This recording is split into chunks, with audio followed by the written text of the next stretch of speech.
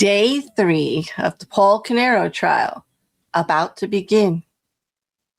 What is going to happen today? Yesterday, a lot of financial information with one witness, Detective Debbie Bassinder. And there was quite a few sidebars and objections from Judge Lemieux himself. Let's see what today's going to bring. As we wait for court to start this morning, I'm curious to read comments from yesterday. I really want to know what you guys think about yesterday's testimony from both Nicole Wallace and from Andy Murray, the direct and the cross. For me, like it was a little surreal. It was a little surreal. Because like as far as scope, I just thought like cross-examinations had to stay within the scope of the direct. But I just wasn't seeing where some of this was going. I mean, Judge Lemieux, of course, straightened it all out. And I have a clearer picture now. But for a while there, I was like, what is going on here? Well, we did learn some interesting things yesterday. We heard a lot about bank statements, a lot about transfers between bank accounts, a lot about how the businesses were swapping money back and forth. But then towards the end, we definitely learned that Paul Caneiro had submitted falsified bank records to the accountant to cover up transfers he made to himself instead of to the insurance company. The exact reason why the phone calls were made the day before the alleged murders, where Keith Caneiro is asking his brother to give him the passwords for the TD account so he can get in and look at everything himself, because Paul is hedging on getting him the information. The insurance company is telling him that they haven't been paid since April. And April happens to be the month that they first discussed it. And Paul had admitted to paying the wrong account, to sending the monies to the wrong place, and that he had paid an educational thing instead, and that he was going to straighten it all out. So Keith knew about it in April, that there was something going on, but Paul seemed to get himself some more time with an admission of he had done something stupid and would be taking care of it. We saw a history of Paul taking money from the life insurance trust account and transferring it to his own account, but then eventually sending money to the insurance company. No red flags were going off, looks like several years. And then there was the attorneys going back and forth about whether those years before actually matter. And Judge Lemieux was like, we're keeping to the scope of the indictment, which I understand because we've had hearings about this already, evidentiary hearings where scope was defined. And, we can bring in years and years, but the defense wants to use those years as, see, he always paid it back. We don't know that eventually he wouldn't have paid it back. Like, it's not really a motive for the crimes because he had been doing this for so, of course, he was going to pay it back.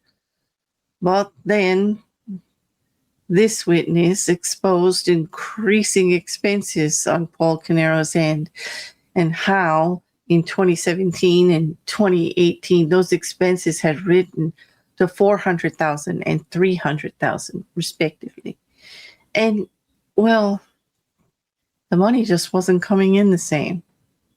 It's like the snowball effect. It was finally all crashing down. If you look at it one way, there's definitely clear motive there. But on the other hand, I see the defense really working at trying to muddy the waters and disavow the investigation and try to make a reason. Well, it doesn't really look, it looks one way, but it's really not that way. Saying it doesn't make it so. And Judge Lemieux had a few issues yesterday with you just can't speculate without something to go by. You can't be asking witnesses, well, what if this or what if that? And well, you don't really know about this and you don't really know about that. There was a few tense moments.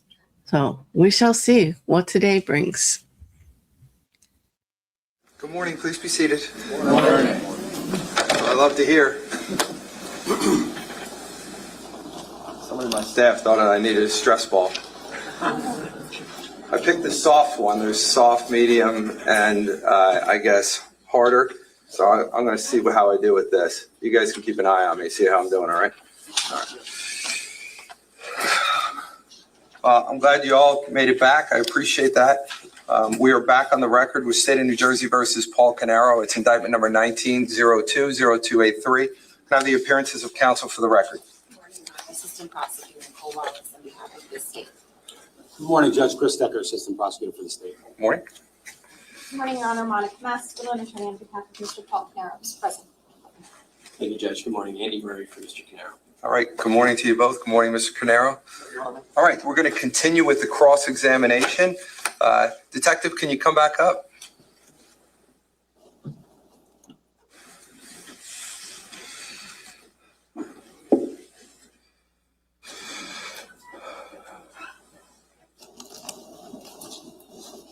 Detective, I want to remind you, you're still under oath, okay?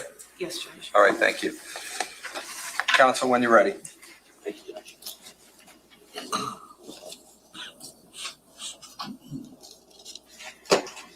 All right, Detective, good morning. Good morning. I just wanted to touch on a slightly different topic to start off today.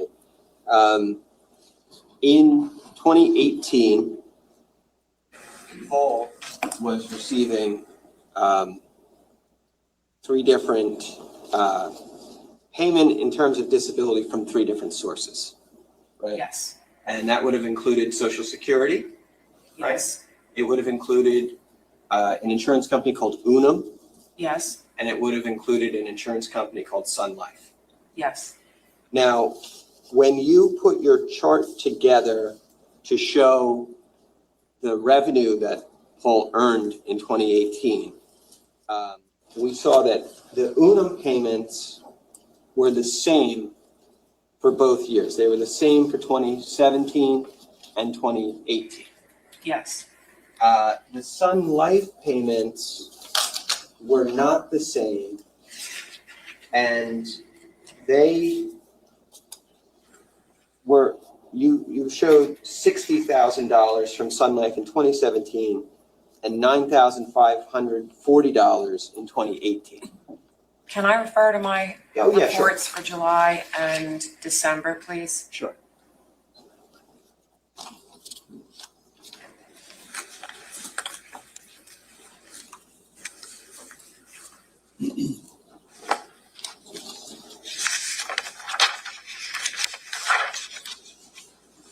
Showing you S39 and S40. Thank you.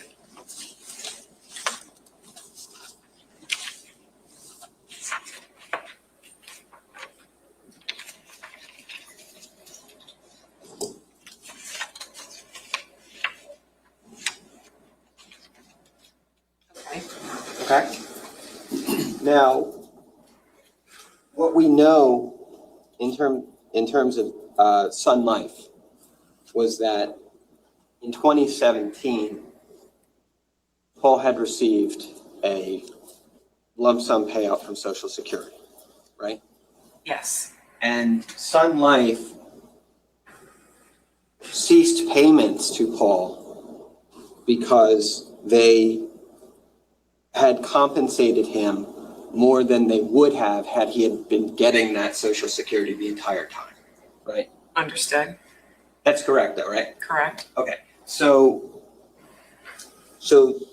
Paul didn't get a check again from Sun Life until the end of 2018. Correct. 2 checks. But once that offset that Sun Life took from Social Security came to an end, they began to issue checks to Paul again, Correct. right? And so they did issue checks to Paul at the end of December 2018, right? Correct. And then in January of 2019, There were payments in 19, but my analysis for my purposes here at this trial encompassed 2017 and 18 only. so I'm just going to talk to you about documents that you received as part of your investigation, okay? Okay. Because I think you've looked at them, like you said. And those documents show that Sun Life began payment again, and they made payments to Paul in February 20th of 2019. Objection.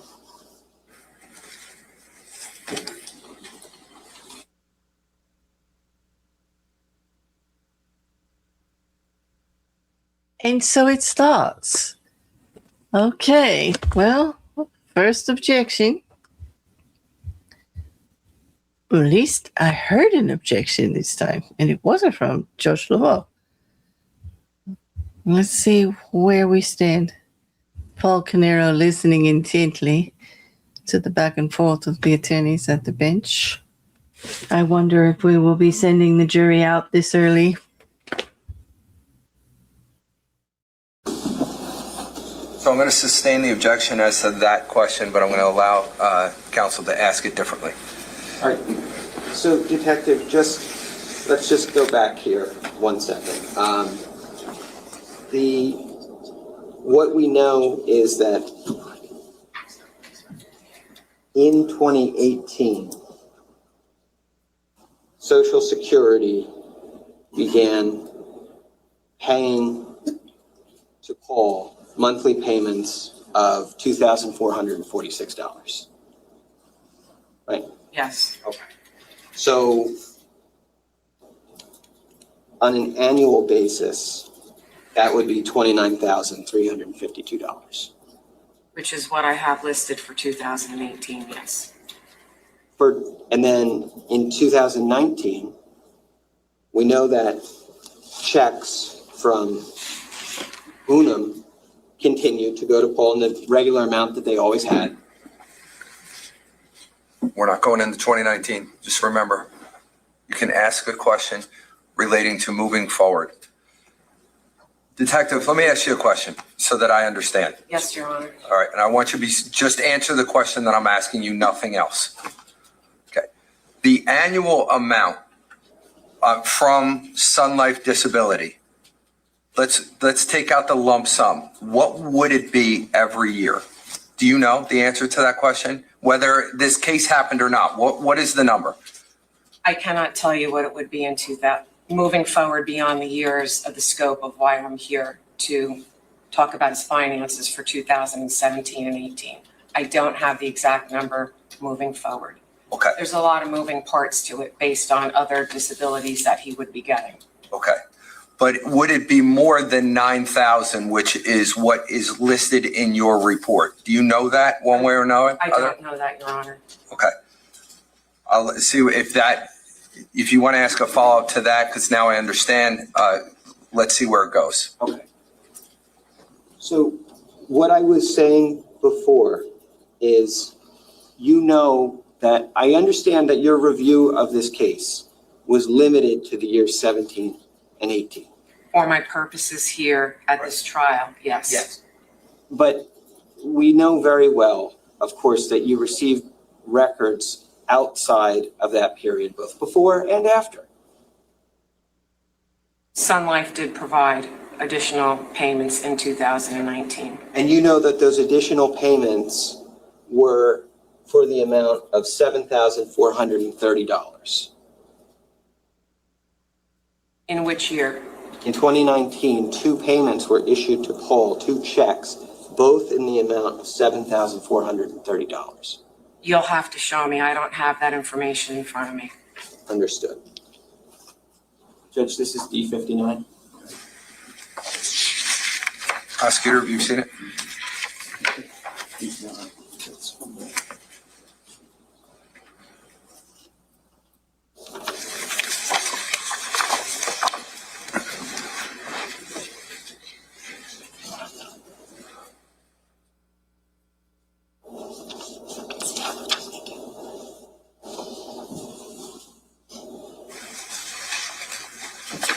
showing you D59. Okay, thank you. You can just look on the first and second pages of that form.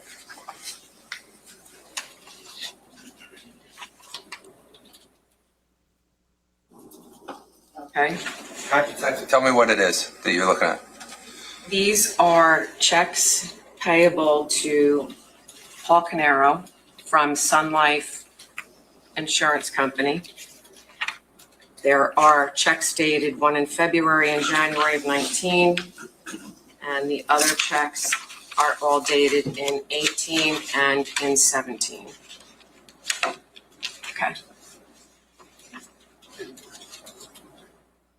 The checks in January and February of 2019 are for the same amount, right? February is in the amount of $7,430, and the January check is in the same amount, yes. Okay. So we have two checks now for $7,430. You know that Sun Life changed the benefit amount to offset for Social Security, right? Yes, You know that Paul was receiving over $2,400 a month in Social Security, right? on average, That yes, amounted to on average about $29,000 a year. correct, On average, he was then going to be getting $7,430 a month from Sun Life, right? correct, And then over the course of a year going forward, he was going to get $104,000 from Unum. correct. Okay. So, and those are the disability policies that we're aware of in 2018 going into 2019, correct? Yes. Okay, thank you.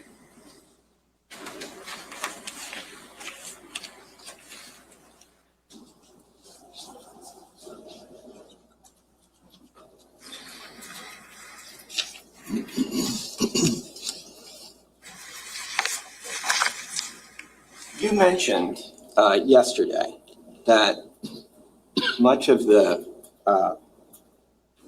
American Express bills that you saw in reference, this is in reference to Paul's personal accounts.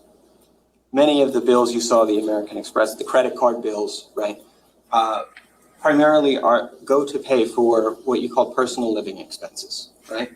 Yes, Obviously, you talked about Paul having some fixed costs like a mortgage payment and insurance costs and property taxes and other taxes, right? yes, But a lot of what you reviewed were personal expenses that were not fixed costs, right? sure. I obviously didn't include if they went to Starbucks and went out to lunch or to dinner, or, there's other areas that every single penny in the account is not documented.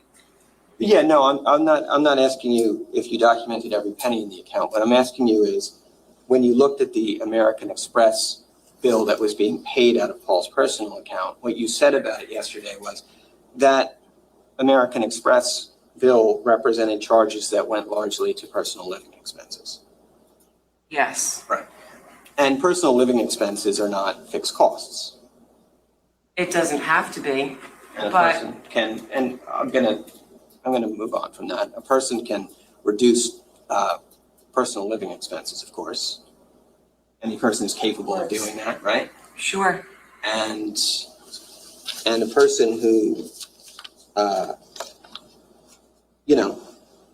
obviously, when you looked at the mortgage payment of the house,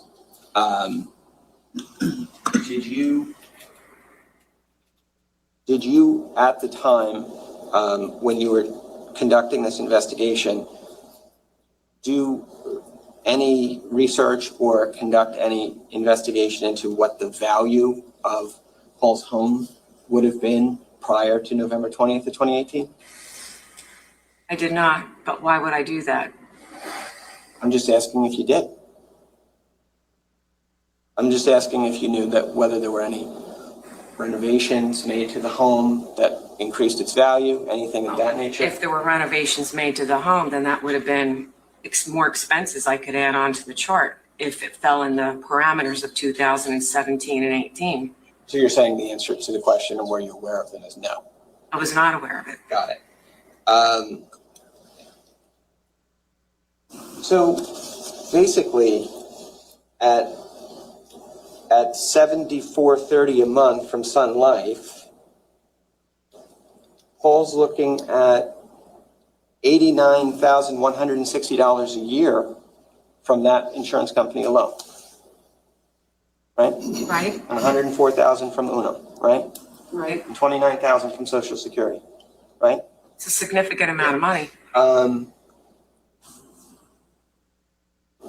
With a $3,000 mortgage, right? And also payroll that the family was receiving from the businesses. I'm asking you, not about payroll. I'm asking you about money from insurance Paul's getting and going forward, okay? I'm just asking you, just based on that, we know that Paul's fixed costs include a $3,000 mortgage, Yes,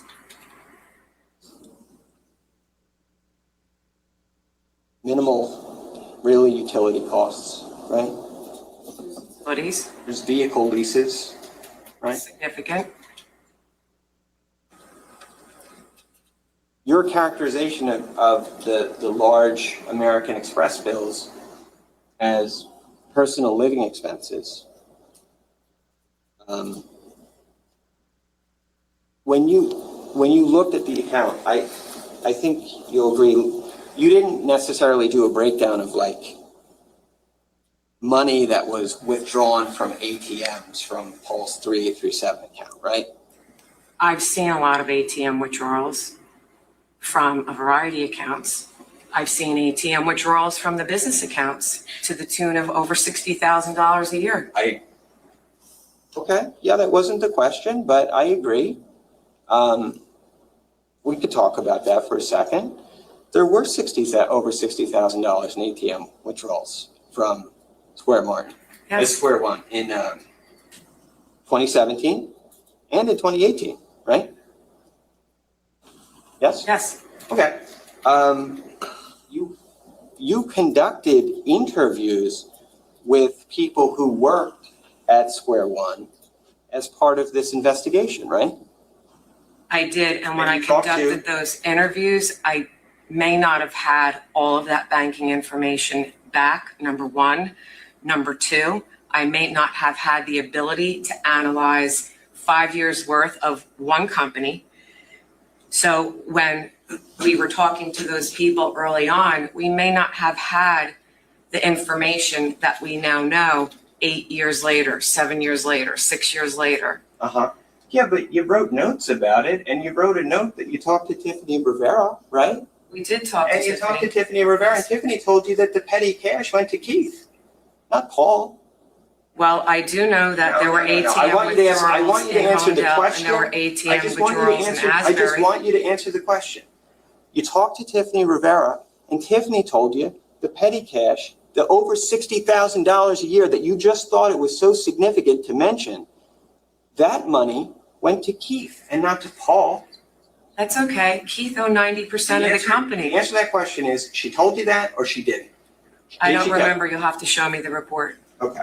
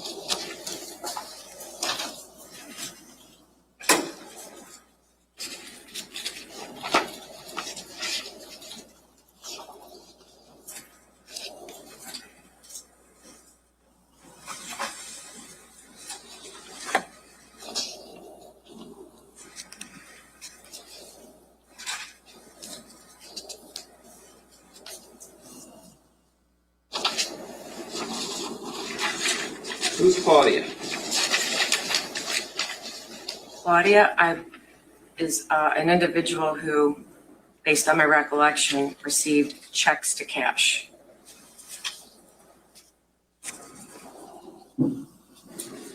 Tiffany told you that Keith, she used the ATM money so that Keith could pay Claudia in cash.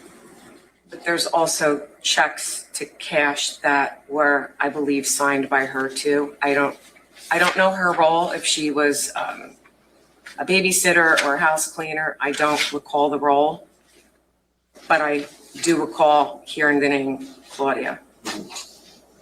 So you don't know who she is in this case? Not exactly. I did not speak to her, no. Okay.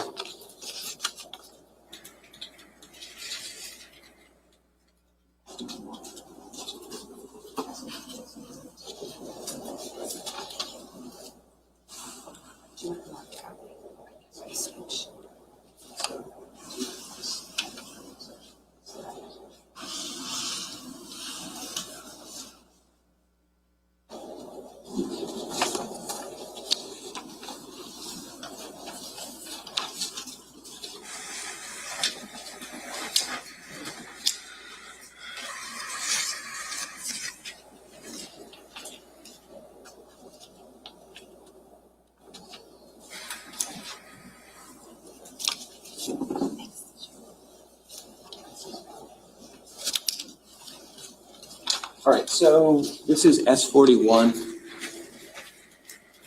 These are your notes, right? That's my handwriting. What area do you want me to specifically look at? I have ATM, cash. I'm sorry.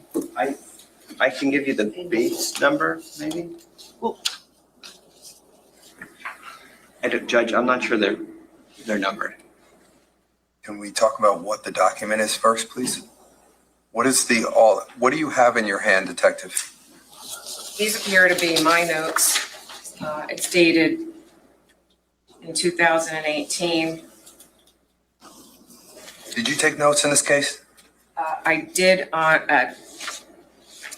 for this. This is numerous pages of notes. And are Do you those need me to notes, listen to me, are these notes, were they used to generate reports?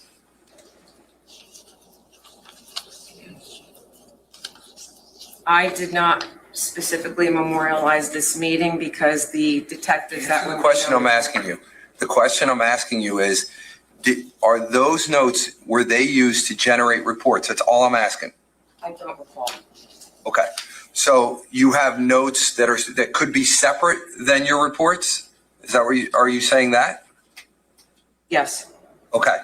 So these notes that we're talking about now, what are they from? Are they from interviews? Are they from something else? I need to understand what they are so the jurors understand what they are. These appear to be notes of when I participated in the interview with Tiffany Rivera. Okay. So at least now we know what they are. So, and I assume that they're not numbered? The page numbers are not numbered? There are bait stamps on these notes, yes. Okay. So on the page that Mr. Murray is asking you to look at, what's the Bates number on the side? Or wherever it is. Mr. Murray, could you go back to that page because I don't have that in front of me.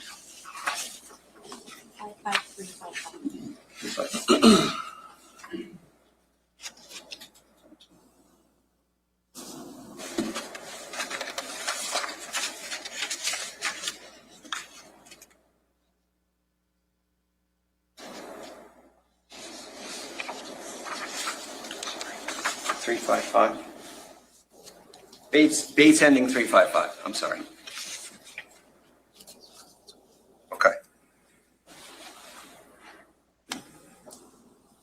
Now you can ask your question. You talked, that page reflects conversation that you were party to where Tiffany Rivera, employee at Square One, talks about the petty cash of the business. Yes.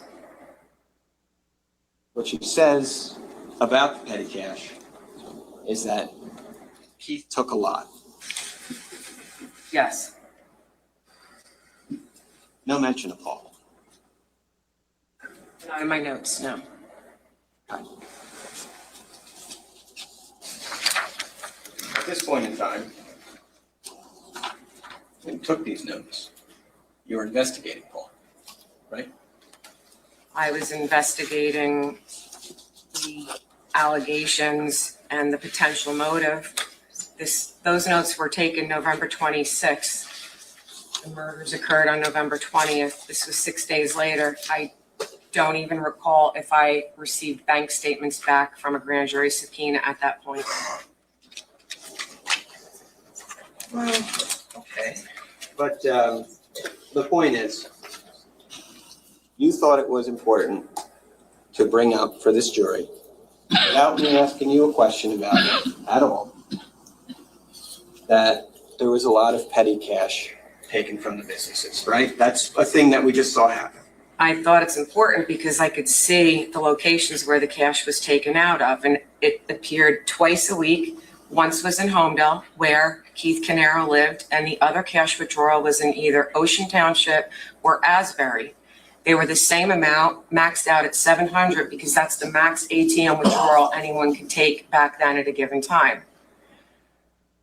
I noticed. So I'm just pointing out, I'm just pointing out that today, with the jury here, you thought it was important to put that information out there, that there were a lot of cash withdrawals from the business. I didn't ask you that question. You volunteered that on your own. Is that right? That's right. Okay. But the truth of the matter is that money, that cash, that you know from talking to Tiffany, was going to Keith and not Paul. Keith took a lot. She didn't say Keith took it all. She didn't mention Paul, did she? Did she mention Paul in that statement? Did she mention Paul in that statement? Yes or no? I do not have Paul written down on those notes. That doesn't mean it wasn't mentioned. Do you take good notes or bad notes when you investigate a case? Do you take good notes or bad notes? I take notes that are good notes. Great. I'm sure you did that this time too. I did. Let's sum up here. 2017, we're talking about around $33,000 that come out of the trust account into Paul's account, right? Yes. 2018, we're talking about $44,000 or so that come out of Paul's account, or come out of the trust account into Paul's account, right? Yes. We know that in 2017, Paul paid almost $20,000 from his own account to the insurance company for Keith, right? Yes. We know that in 2018, Paul paid $27,000 from his own account and put it into the J. Martin operating account, right? Yes. We know that happened after the issue in April 11th when Keith was upset about the insurance, right? Yes. We know that money went from J. Martin and it went into Keith's personal account, right? We know that it didn't go It back. went from J. Martin to another business account and then went into Keith's account. The 1361 account. The money goes from, I'm just trying to recap what we learned yesterday, right? Because we went through a lot of stuff. We saw that the money, we saw it go from Paul to J. Martin and from J. Martin to Keith, right? We looked at the $10,000 and the $5,000 withdrawals and it went to Keith's personal account. It went from Paul to J. Martin into another business account numbered 1361. From there, it went to Keith's account. All right, that's your recollection. That's fine. That's what you showed me. And then it went to an account in Greece, right? Yep. Okay. But not to the insurance, right? No, it didn't Okay. have to Thank go you. to the insurance. Thank you.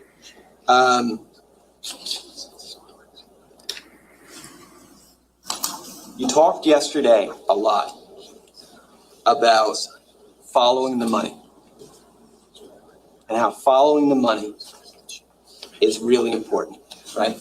Yes, And that's something that you did throughout this case, right? yes, And your involvement in this case started all the way back in November of 2018, right? yes, I investigated 2 different charges back then. And it continues through to this very day. As an expert witness testifying on a financial motive and talking about revenue streams going in an account and expenses, fixed or one-offs, leaving the account. Here's my question to you.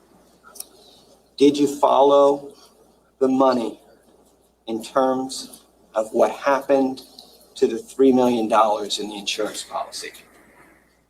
Objection. Sustained.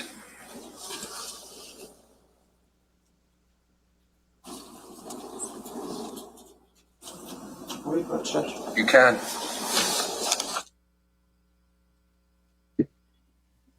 Paul Caneiro has not been indicted on the proceeds of the life insurance. Paul Caneiro was arrested soon after the murders. This is definitely out of scope. This involves another case and another party, and we'll have to see. I know the defense wants desperately to bring the other brother into this case. Well, they need more than the trickle down of the beneficiaries.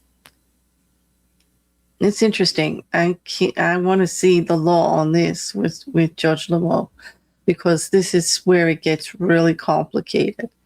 What are they going to allow the jury to hear in regards to other allegations that are made against the other brother and Paul Caneiro conjointly? They're both being sued by Jennifer's family in regards to the life insurance proceeds in the children's estate.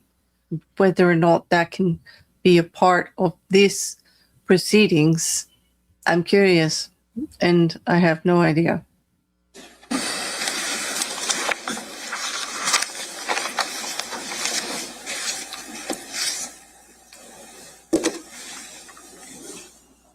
I'm going to ask it.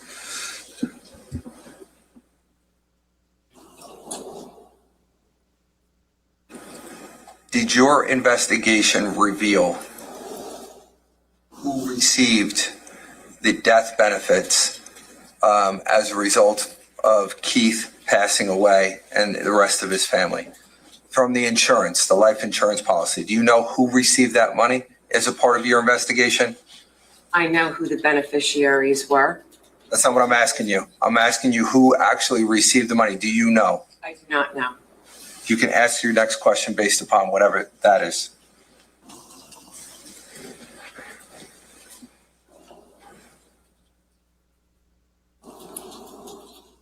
You don't know.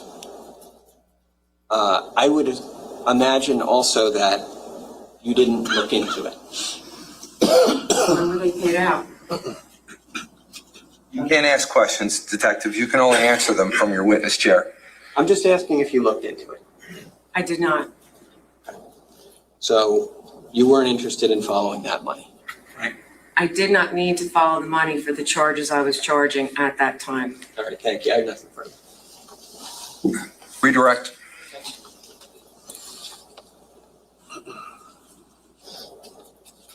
Detective, do you recall being asked on cross-examination about certain times when the TD trust account was not fully funded? Yes, I do. Now, during those times when the account was underfunded, was there anything preventing the defendant from sending the money that was in the account to Canada Life? Objection. This is not. Overruled. Go ahead. I'm sorry, could you repeat that, please? During the times that the account may have been underfunded, was there anything preventing the defendant from sending that money that was in the account to Canada Life? No.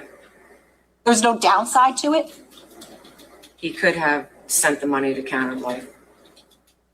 You were asked on cross-examination about certain times when monies from the trust account would go back into the business. Do you recall that? Yes, Okay. And just to be clear, was the trust account funded through J. Martin or Square One through Keith's payroll? yes, it was. Okay, and then you were asked about certain times then when that money would then go back into J. Martin and Square One, is that correct? Yes. And I think you already did it, but can you just remind us of who owns 90% of Square One? Keith Caneiro.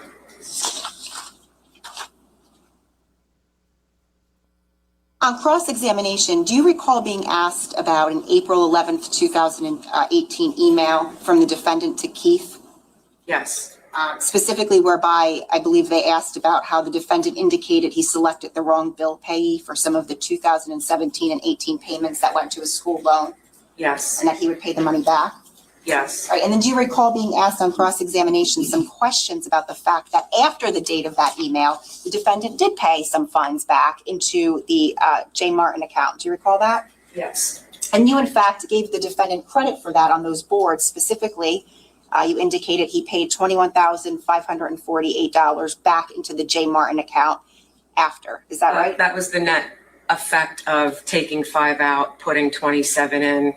Approximately, I gave him the credit of 21,000 and change. And I believe, correct me if I'm wrong, but were the dates that the defendant paid those funds back into the J. Martin account after the date of that April 11th email? Yes, Specifically, were those dates between April 26th and May 15th of 2018? yes, Now, let me ask you this, Detective. After May 15th of 2018, did the defendant nonetheless continue to take withdrawals out of that TD Trust checking account? Objection. What is it? What's your objection? Go ahead, what's your objection? Ultimate issue. yes, he did. Okay, and specifically after May 15th, after he paid that $21,000 and some back, did he in fact make 16 transfers from that trust account into his own personal account? Yes, he did. And did that total $33,300? Yes, he did. Did you ever see any of those funds being paid back to that TD Trust account No, I did not. or to Keith Caneiro at all in any way? No, I did not. And from looking at those TD bank statements that Mr. Weinstein had sent you, what do we know about those 16 transfers after May 15th that the defendant made from that TD Trust account? That from May, June, July, August, and September, those bank statements were altered.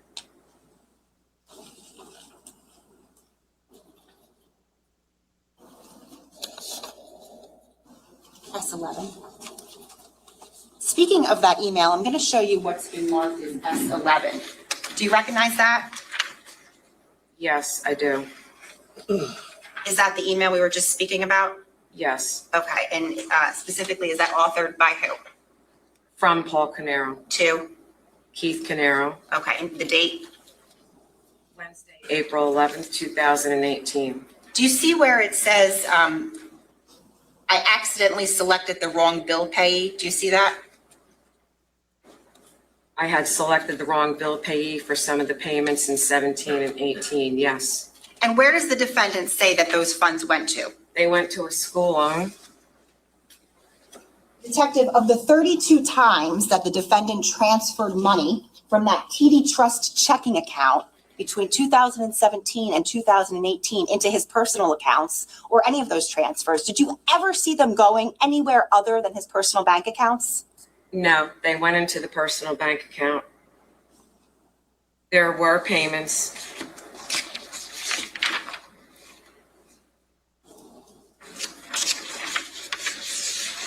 Let me refer to my report. There were payments in 2018 payable to Discover, and they were electronic payments, and the electronic note said student loan payment. That is really the only loan payment I could attribute, and that was $2,525. Okay, but did those loan payments to Discover come from the defendant's personal accounts? Yes, Okay, what I'm asking is, did you ever see anything coming out of that TD Trust account in 2017 or 18 that went directly to pay a school loan? no, and in fact did all of those transfers, all 32 of those transfers from 2017 and 18, did they go anywhere other than to the defendant's personal bank accounts? No. So nothing further. Recross? No, thank you, Judge. Okay. Detective, you can step down. Counsel, come up here for a sec, please. That was an extremely effective redirect by Nicole Wallace, actually clearing the fog and the muddiness that the defense had just tried to place on all of that. The defense is in a very difficult position here because numbers and hard facts, when you follow the money back, it's really hard. And they can keep throwing up things that aren't relevant, actually, in the long run. Those Keith Caneiro having a home in Greece and actually using his own money from his own company to have a family vacation there or to do some renovations, does that actually have relevance on whether or not Paul Caneiro made 32 transfers from an account as a trustee into his own personal bank account when he doesn't have any right to the money for the life insurance trust account at all? That is actually set up to pay the owner, Keith Caneiro's life insurance, and it is funded by Keith Caneiro's payroll. The only one who has any right to any of that money, there's two people, Keith Caneiro and the life insurance company. So that was very effective, and hopefully the jury can keep that part straight. I mean, it does get confusing when they start throwing everything out there like, oh, did Keith take a lot of petty cash from the business? Yes, probably he did. What does that have to do with the fact that Paul Caneiro took 32 transfers from an account that he was the trustee with, that his brother had trusted him to do the financial transactions at as the business manager to do that? He's on the paperwork as the trustee. He's the only one with access for that account to move that money around. And he's moving it into his personal account. What does what Keith Caneiro does with petty cash have to do with that? It's a matter of keeping things in the lane that they belong. And you could see it got a little contentious. I could say after a day and a half, this detective was a bit annoyed at the insinuations. You know, why she didn't put the petty cash in her notes is because it wasn't relative at the time. As she said, that interview happened only a few days after the incident, well before she had any of the financial records to prove what was going on. And it wasn't the scope of where they were looking. You know, they didn't really care if Keith Caneiro took petty cash out of the business. You know, he's the victim here. It's interesting. It's going to be a very interesting day. I wish I could be a fly on the wall right now to hear Judge Lemieux, but I have a feeling he's having a conversation about scope again and about the previous hearings and what they have like narrowed things down to. In, you know, perhaps he's got a stay in your lane conversation going on. I'm not sure. I do know I like this judge. I do know we started this morning off quite tense. I mean, he started off the morning great with his stress ball, you know, in a good sense of humor. The tension seemed to be between the defense and the witness.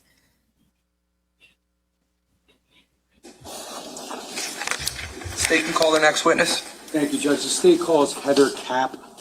Okay.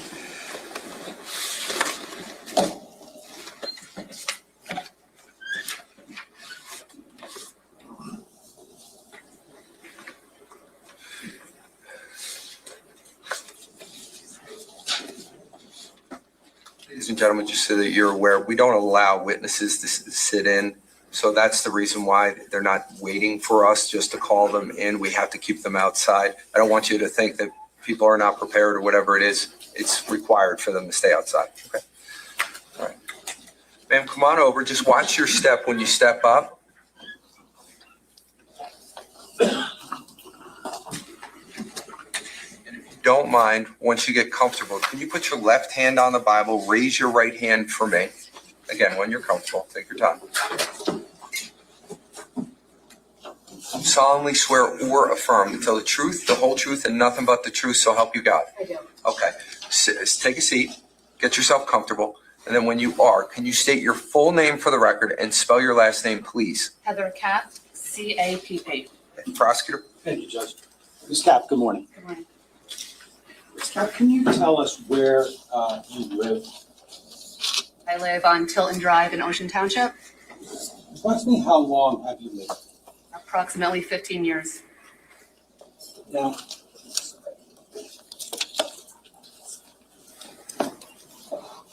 I want to take you back to the early morning hours of November 20th of 2018. Do you remember that morning? I do. Now, was there a point in time when you were awoken from sleep that morning? Yes. Can you tell us exactly how that happened? I woke to male voices outside my home. I turned, I looked at my clock. It was 4:30 a.m. in the morning. I got up, I opened my window shade, and I looked out my window. I saw two men running across the street with flashlights. They were in dark colored clothing and black baseball hats. One ran to the front door and started banging on the door, and the other went into the neighbor's driveway, kneeled down, and was pointing the flashlight into Paul's backyard. So let me just break that down for a second. You talk about you woke up, you believe it was approximately 4:30 a.m., correct? Yes. Okay. So based upon being woken up, what exactly did you physically do? I woke up and I looked at my clock. Okay. You look at your clock. Did you get out of bed? I did, got out of bed, Once you got out of bed, where did you go? to my window. Now, your window, can you tell us what you can see from outside your window? My bedroom window is to the top right of my house. When you're facing my house, I can see the Caneiro house and the neighbor's house. It's situated in the middle of both homes. So, do you live on the same side of the street or the opposite side of the street from the Caneiro house? Across the street. Now, if I could just approach Judge, the witness with S1, I believe it's S1A 27 Tilton Drive, Harrington. Okay.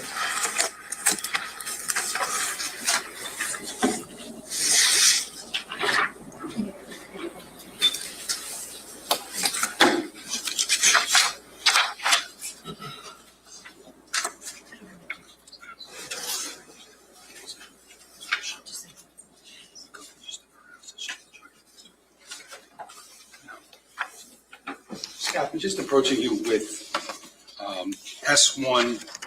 If I could just show you first, slide 9. Do you recognize what's depicted in that photograph? Yes, And what is that? the Caneiro home. Okay. And when you referenced two different homes that you could see when you look out your window, correct? Yes, And you referenced this home, correct? yes. And then whose home is the other one you referenced? Marilyn? Okay.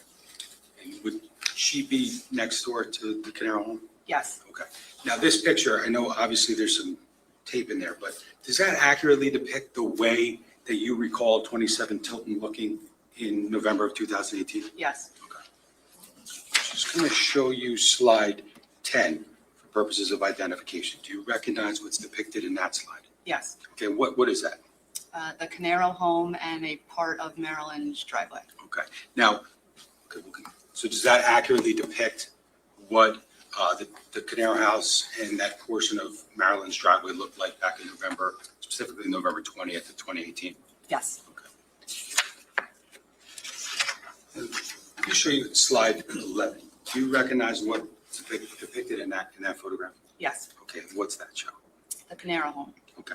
Do you see a portion of one side of the home in that photograph? I see the right side by his fence. Okay. Does that accurately depict that area of that home, November 20th of 2018? Yes. And then finally, I think this is the last one I'm going to show you for now. Slide 12. Do you recognize what that shows? Yes, What's it show? it shows the Caneiro home and Maryland's driveway to the right. Okay. And are there any vehicles depicted in that photograph? There is. Okay. And were they there when you first made observation out your window on that morning? No. Okay. Were there any vehicles in that driveway when you first made observations that morning? Not to my recollection. Okay. Does this picture accurately depict the Caneiro house and Maryland's driveway? Yes. Let me just show you one more before you go any further. Slide 13 of S1A. Do you recognize what's depicted in that photograph? Yes. And what is it? The side of the Caneiro home and a portion of Maryland's driveway. Okay. And that portion of Maryland's driveway, does it have any vehicles in the driveway in that photo? Yes. And again, were they there when you first made observations that morning? Not to my recollection. But does that accurately depict the side yard and that driveway of the side yard of Mr. Caneiro's house? Yes. Permission to publish this? Any objection? Okay.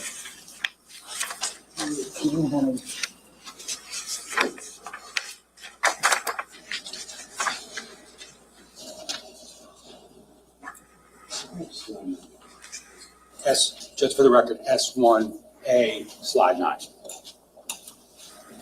Capp, did I just show you that photograph? Yes. Okay.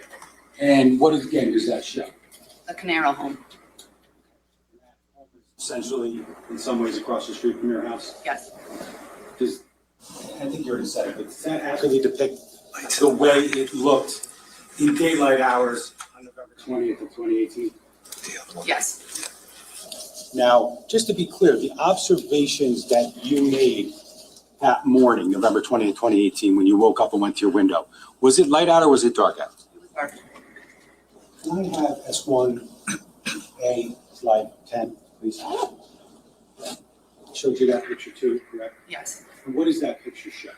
The Caneiro home and Maryland's driveway. And the vehicles that are depicted in that photograph, were they there in that position when you first made the observation? No. Did you ever make observations of those vehicles or any vehicles in that driveway at some point that morning? Believe so. Okay. Can I have S1A, slide 11, please? Do you recognize that photo? Yes. Okay, when I showed you that a couple minutes ago? Yes. What does that picture show? The Caneiro home. You referenced the fence, correct? Yes. And that fence is on, looking at the photo, what side of the picture is it on? The right.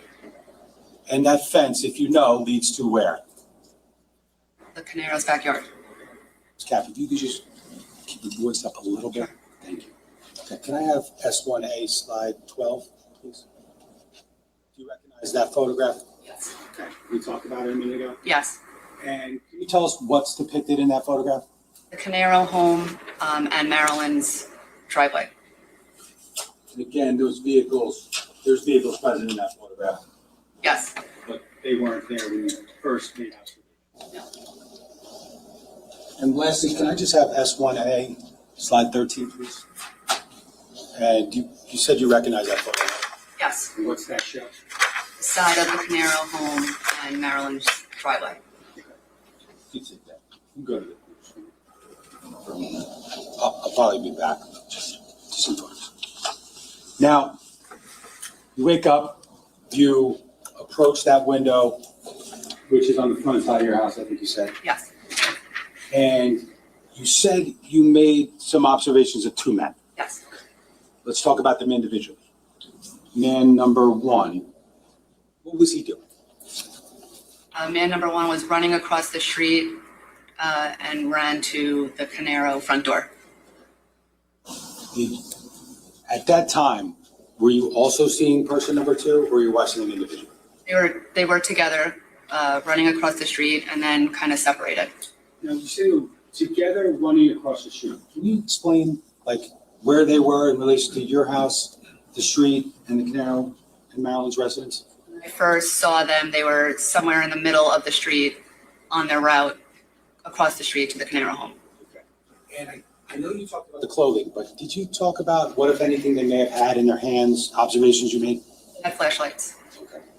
Now, the person who ran up to the Caneiro door, what is that person? He begins to bang on the door. Okay. Can you hear the banging or you see the banging, or I both? could hear it. I could hear it more than I could see it. Okay. Did you hear any words coming out? No. Now, while that person approaches the door, where's the other person? The other person ran onto Marilyn's driveway, kneeled down and pointed his flashlight into Paul's backyard. Okay. So you look out your window, you see the first guy go to the door, you see the second guy somewhere in Marilyn's driveway pointing a flashlight, correct? Yes. How long did it take you from your first observation to see the guy pointing the flashlight? Approximately, Pretty quickly. like less than a minute? Probably a minute. Okay. Now, once you see the guy pointing the flashlight, can you explain exactly where the light's going? To the corner of the Caneiro backyard. Where's that in relation to that, in the one photograph we saw? Let me just do it this way. Can I have S1A, slide 13?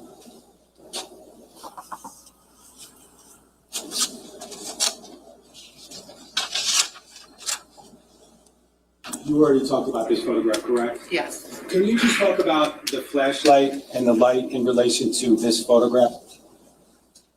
The man was kneeling somewhere where the white truck is right now and pointing to the corner through the fence to the corner of that backyard. When you make that observation of the guy pointing to the corner with the flashlight, do you look immediately to that, where the flashlight's going? Yes, Okay. And did you make any observations when you did that? I did. I saw a fire on the bottom corner of the Caneiro home. Now, the area where you see the fire coming from, would it be contained in that photograph to any extent? The way you're looking at me, I'm imagining that's a bad question. So, the area where the guy's pointing the flashlight, Yes, is that area anywhere within the photograph that's in front of you? it's right on the corner of the home. I can see it. So, if I were to ask you to put like a box or an X where you saw that fire, could you do that? A lot of technology. Yes. Okay, I'm going to ask you to do that.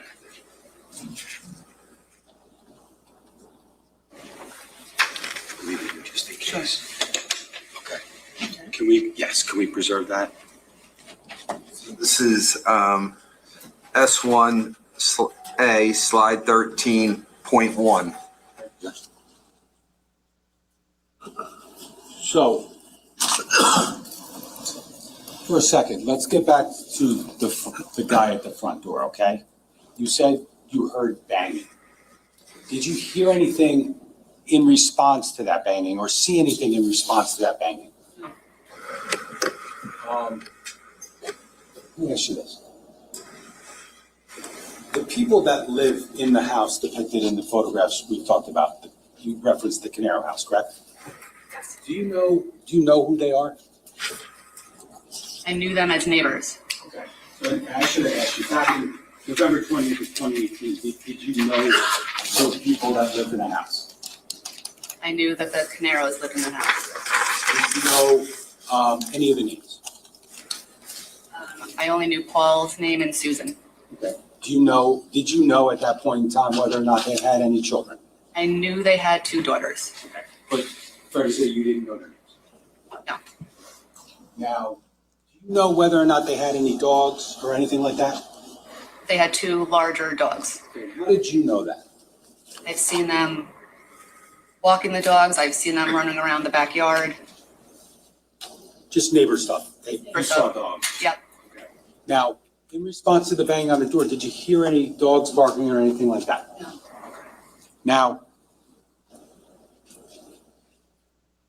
while that banging's going on, the second person you referenced has the flashlight on the driveway, correct? Yes. You look and you see what's depicted in that box. Yes, And that's fire, correct? yes. Did you continue to make observations or look at that area from your bedroom window? Yes. Okay, and what happened? Can you tell us that? At some point, I noticed that the fire was escalating up the back of the house onto the roof. Now, if you know, or if you could estimate, from the point in time when you first saw the small fire to the fire growing up towards the roof, could you possibly approximate that amount of time? I believe my statement said 20 to 30 minutes. To that end, at some point in time, as a result of what you saw, did you provide a statement to police? Yes. Okay. And in fact, before that, were you spoken to by an investigator prior to that from law officers? Yes. Did you provide information to them? Yes. Okay, and then did you also provide detailed information to the police? Yes. Now, so I think you just said approximately 20 to 30 minutes from seeing the small fire to seeing the fire grow.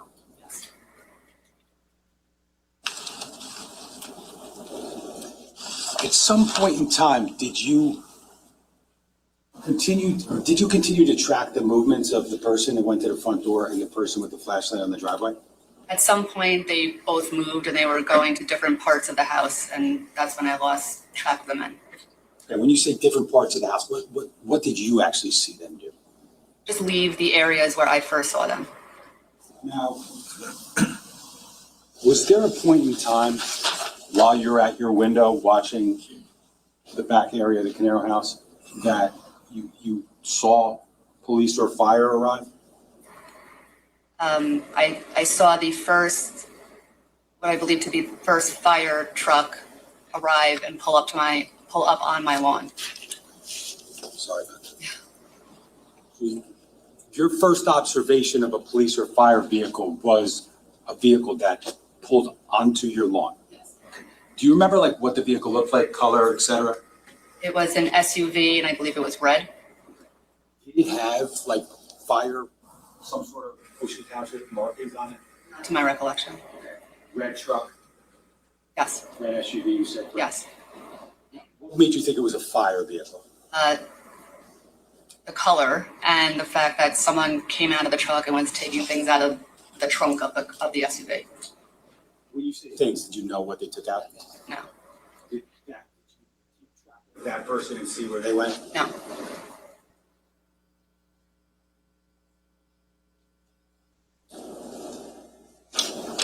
After seeing that vehicle, the red SUV, pull onto your lawn, did you eventually see more police and fire vehicles arrive? Yes. What were they doing? Everybody was arriving, the cars were parking, getting out, and I guess looking at the scene and working on it. Was it clear to you that at some point during this, firefighters were dousing the flames? Yes, And eventually, did the fire extinguish? yes. Did you ever go outside that morning? No. Did you eventually go outside later that morning? Later that morning, Now, did you ever have any conversations with any of the Caneiros that morning? no. Now, as far as you talked about those two guys, and I think you said the initial observations were in the street. Yes, Okay, so that would be closer to your house than when they were on the Canero property. yes. Did you see any vehicles when you look, I mean, prior to the red SUV, but when you first looked out your window, did you see any vehicles like in the area? There was an older model 4-door car parked outside my home, kind of in the middle of my home and my neighbor's home. When you talk about your neighbor, do you know your neighbors, who they are, their names? Yes, Okay, who are? the Harringtons.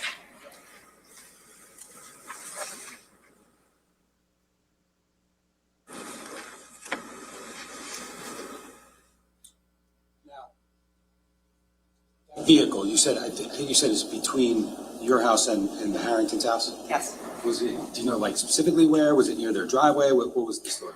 It was more so closer to my home, but there's an area of lawn in between my home and the Harrington's home. It was parked around there.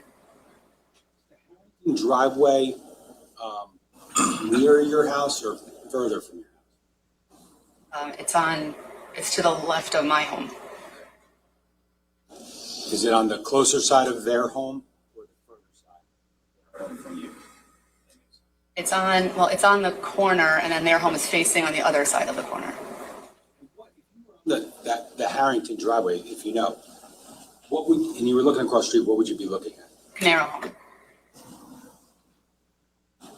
Now, that vehicle, the vehicle you saw, did it stay in the area you first saw it, or what? I don't recall. I remember seeing it, and then at some point it wasn't there. When you made observations of that, you first made observations of that vehicle, was the fire going in the backyard yet? I believe so. Okay. Because I want to just be clear though, when you first looked outside your window that morning, how long was it until you saw the first evidence of fire in the backyard? It must have been minutes.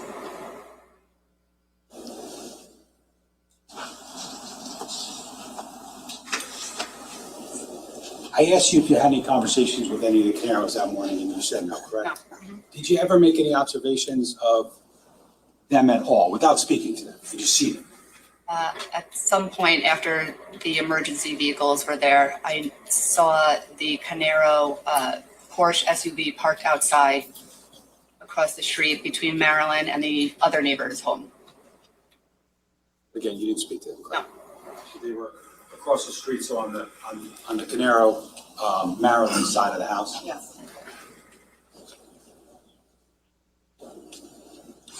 The two men that were in the street, did you have any feelings or did you have any thoughts as to whether or not they were associated with the vehicle that was between the Harringtons and your house? I don't know.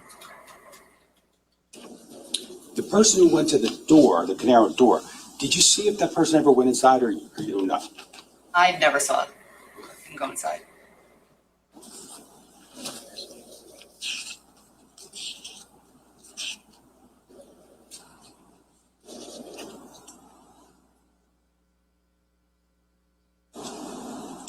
Now, as far as the observations you made, did you call 911 as a result of what you saw? No. Did you relay the information to anyone as you were seeing it? My husband.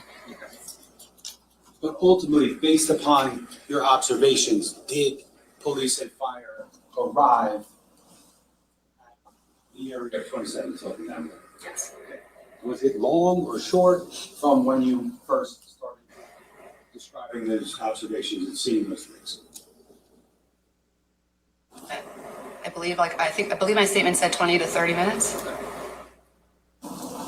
And during the course of that time, was the fire going for the entirety? Yes.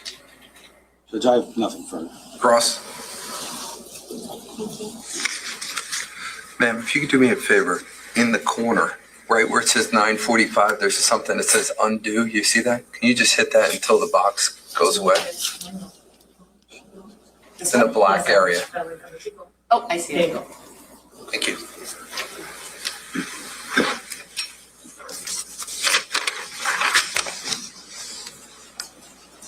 Morning, Ms. Capp. Morning. So you referenced your statement a couple times on direct. I believe in my statement it said this. Is it fair to say that you've recently reviewed your statement? Is that fair? Yes. And is it also fair to say you're relying on information in your statement because the information in your statement was given much closer in time to when this happened than present day? Yes. So obviously your memory was better then than it might be today if you were trying to recollect all those years ago. Yes. Okay. And you also referenced your statement a couple times, and I think the prosecutor got into it a little bit, but you gave two statements in this case. Yes. And the first statement you gave was on November 24th of 2018, correct? I'd have to see that. I don't recall the date. Would seeing a copy of the statement refresh your recollection? Yes. Do you have one? I do. Do you have both?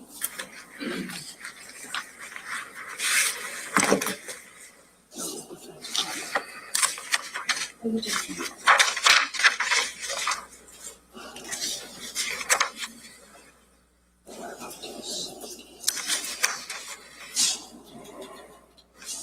I'm going to show you, first I'm going to show you what's been marked as D67 for identification. May I approach? You can. Showing you a copy of your original statement, and I'm just going to direct, you recognize this as your original statement? It's a summary of a statement I gave, yes. Okay.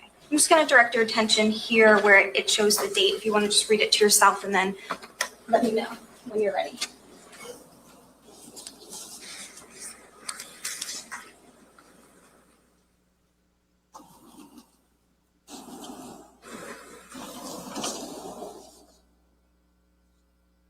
Just the date. The date, yes. Okay. All right, so this statement was given on Saturday, November 24th, 2018, correct? That's what it says. And that was 4 days after the fire happened at 27 Tilton, correct? Correct. And just to be clear, the prosecutor was referencing this as the Caneiro home, right? Yes. And we're talking about Paul's home, right? Yes. Okay, Paul Caneiro, not Keith Caneiro, Correct. correct? Okay. And so you give this statement on November 24th, 4 days after, and the prosecutor characterized it as to a law office. It was to like a private investigator, correct? Yes. Who was hired by a law office, Correct. right, for Mr. Caneiro. Yes. It was not the police department or the prosecutor's office or anything like that. Correct. Now, after you gave a statement to that investigator, you were then interviewed almost maybe like 3.5 weeks later. It was on December 17th of 2018. Do you recall that? If that's the date of the statement, Would seeing a copy of the statement refresh your memory as to the date? yes. Okay. I'm going to approach with what's been previously marked as S81. And you said you've seen your statement before, right? Yes. Okay, so you recognize this to be your statement? Yes. And this is the, let's see,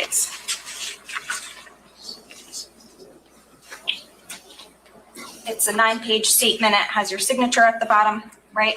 Yes. Okay, so you reviewed it at the time, you've reviewed it since. Yes. And I'm going to just direct your attention to the date. December 17th, 2018. Okay.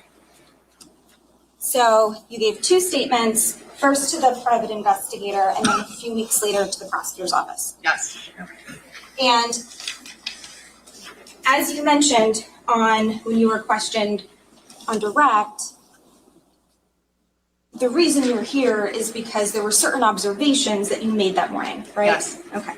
And the first observation that you made that morning was actually auditory. Yes. You heard something. Yes. Okay. And what you heard were, you testified on direct, you heard voices outside. Yes. Okay. And those were the voices of 2 men, correct? Turned out to be 2 men, yes. Okay. And they were speaking in a little bit of like a kind of excitedly. Is Yes. that how you would characterize it? Yes. Okay. And when you heard the voices, you got up and you looked out your window. I checked my clock and then I got up out of my bed and went to my window. Yes. So you checked your clock first. Yes. And the clock said 4:30. Yes. And so at 4:30, you check your clock and then you get up and you look out the window. Yes.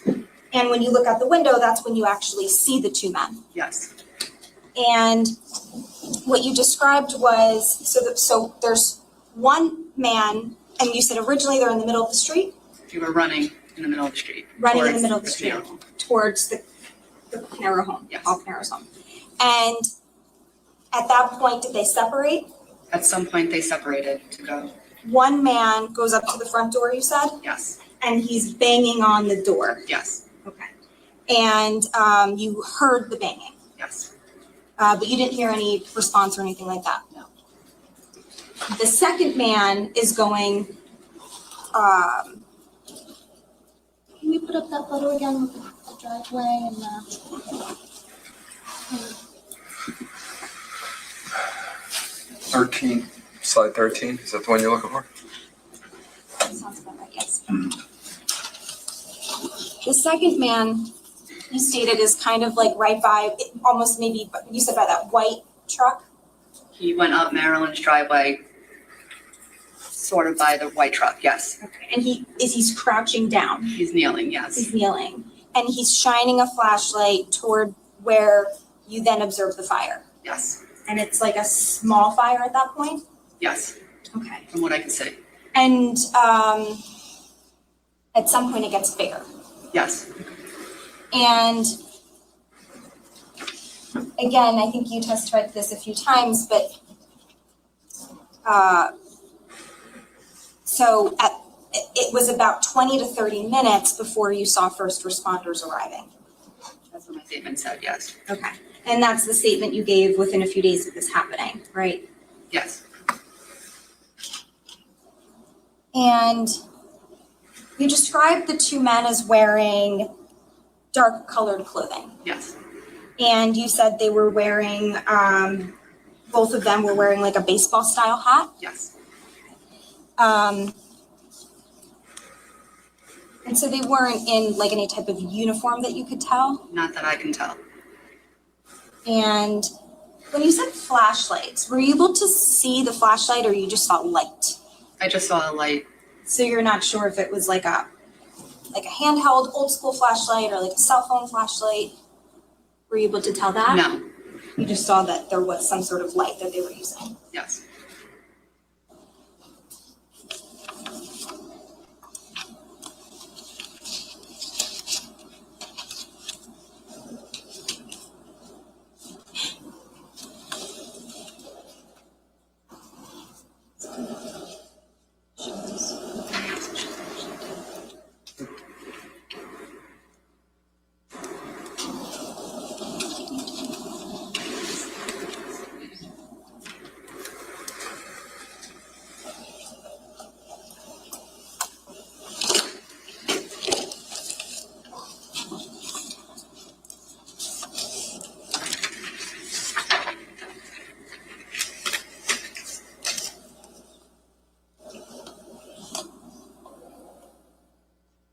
Now the car you saw,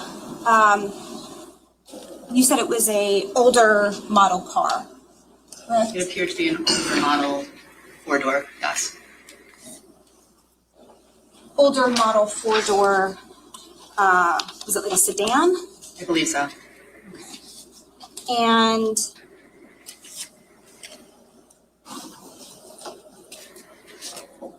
how long would you say the man was banging at the front door for? I couldn't say. A while, Wow. And when you saw the man kneeling by that white truck and pointing his flashlight toward the fire, he was just watching the fire? yes, Okay, he wasn't like doing anything with the fire, he was just watching it. just kneeling, How long do you think he was doing that for? a good amount of time, I don't really know. A good amount of time?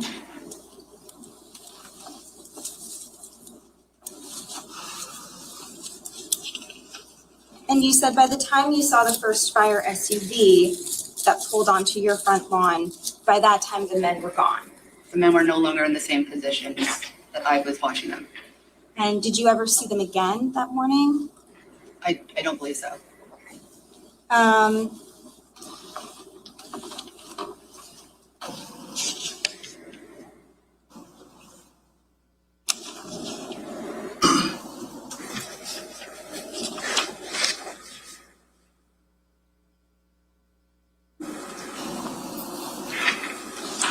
And you were also, like you said, kind of informing your husband at the time of like what you were seeing, what was Yes. happening.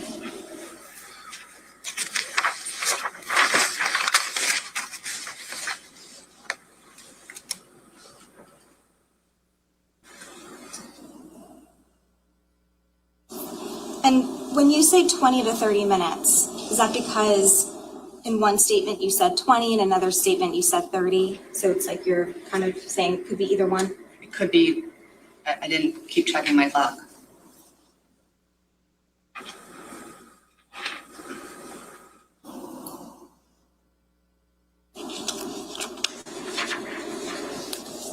And you didn't see their faces, right? No,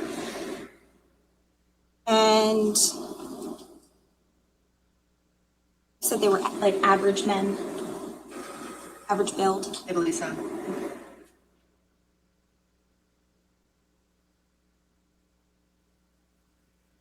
I'm going to try that.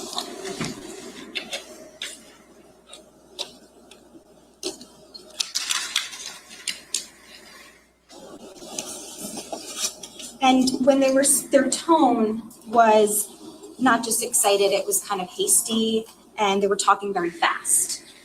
Yes, from what I heard, yes. But they weren't yelling or anything. I wouldn't categorize it as yelling, however, it was very quiet in the middle, very early morning, so. And you also, the prosecutor asked you about dogs barking. You didn't hear any dogs barking. No, Okay. And you said you've seen the dogs around the neighborhood. yes, That was during the day. yes, Okay. But this is happening at 4:30 in the morning, correct? yes, You have no knowledge of where those dogs were at 4:30 in the morning, correct? no, Assuming they were in the home, you don't have any idea where in the home those dogs were. Objection, Judge. Sustained. Speculation.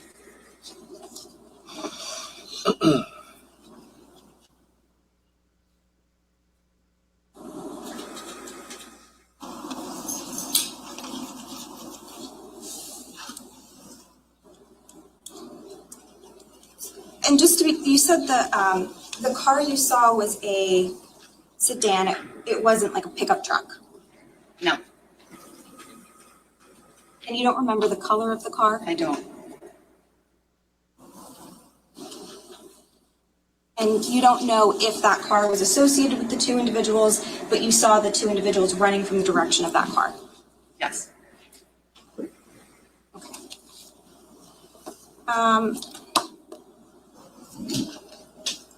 I'm going to approach the witness with what's been previously marked as D1-100 and D-101.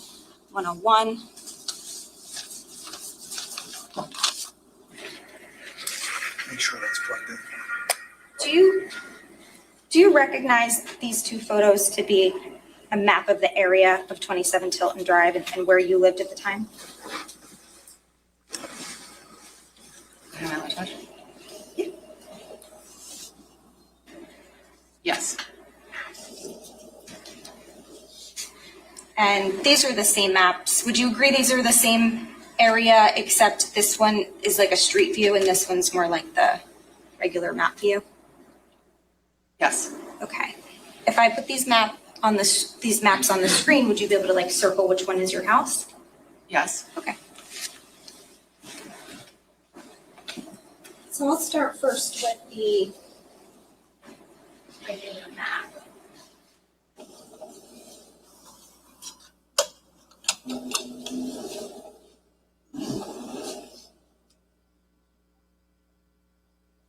Okay.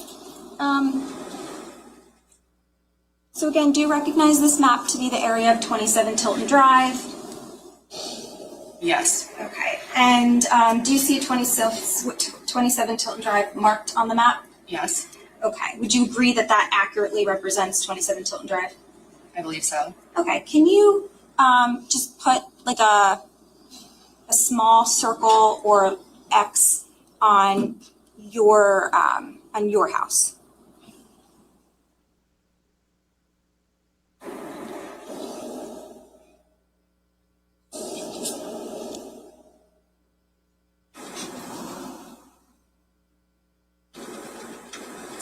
And that would be 24. Yes, Record sheet, put a circle around it. And can we just put like a little H for Heather or C for Capp, whichever you prefer? Just so we know it's your house. Use a C, please, just in case.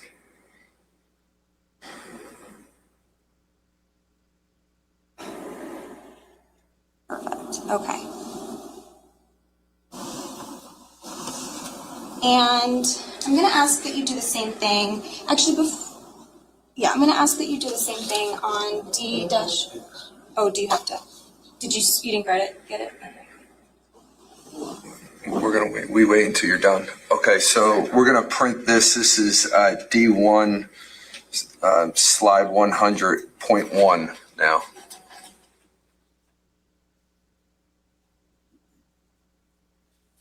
You're good now. Thank you. Sure.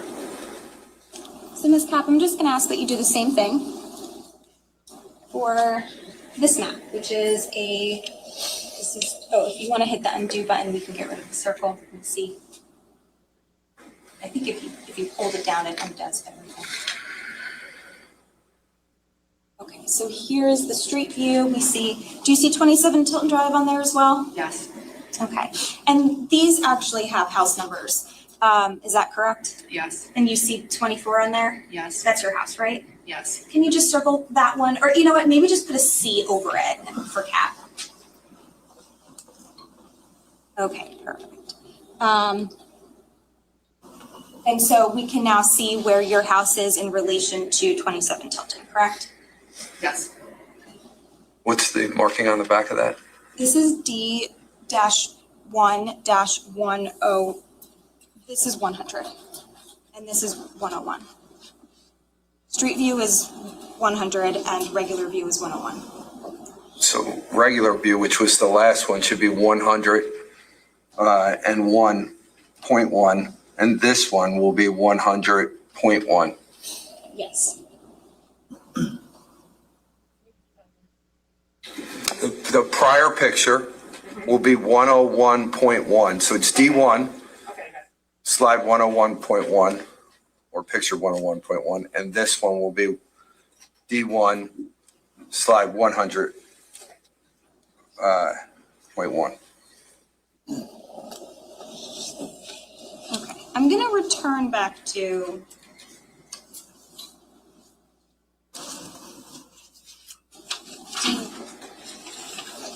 do you mind hitting the undo button? I'm just gonna return back to D-1-101. So you indicated that this accurately represents the area of 27 Tilton, right? Yes, And we see 27 Tilton is like this this U shape. Do you agree with that? it's Tilton Drive. Yes, Right, Tilton Drive is like a U shape. yes, And it intersects with Green Grove Road, which we see on the image as well. yes, Okay. So there's 2 points by which you could enter and exit onto Tilton Drive or out of Tilton Drive from Green Grove Road. Do you agree with that? yes. And do you mind just circling the 2 areas, the intersections?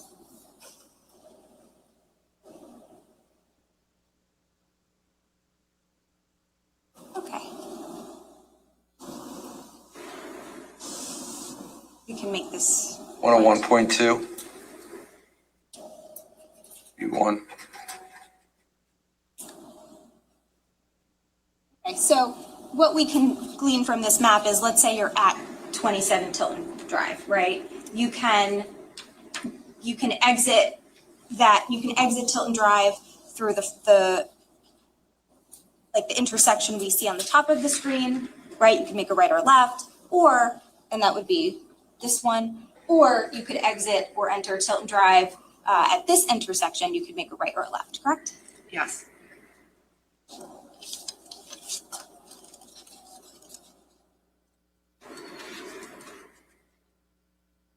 And you never saw which way those 2 men went, whether they went left or right, ultimately. no,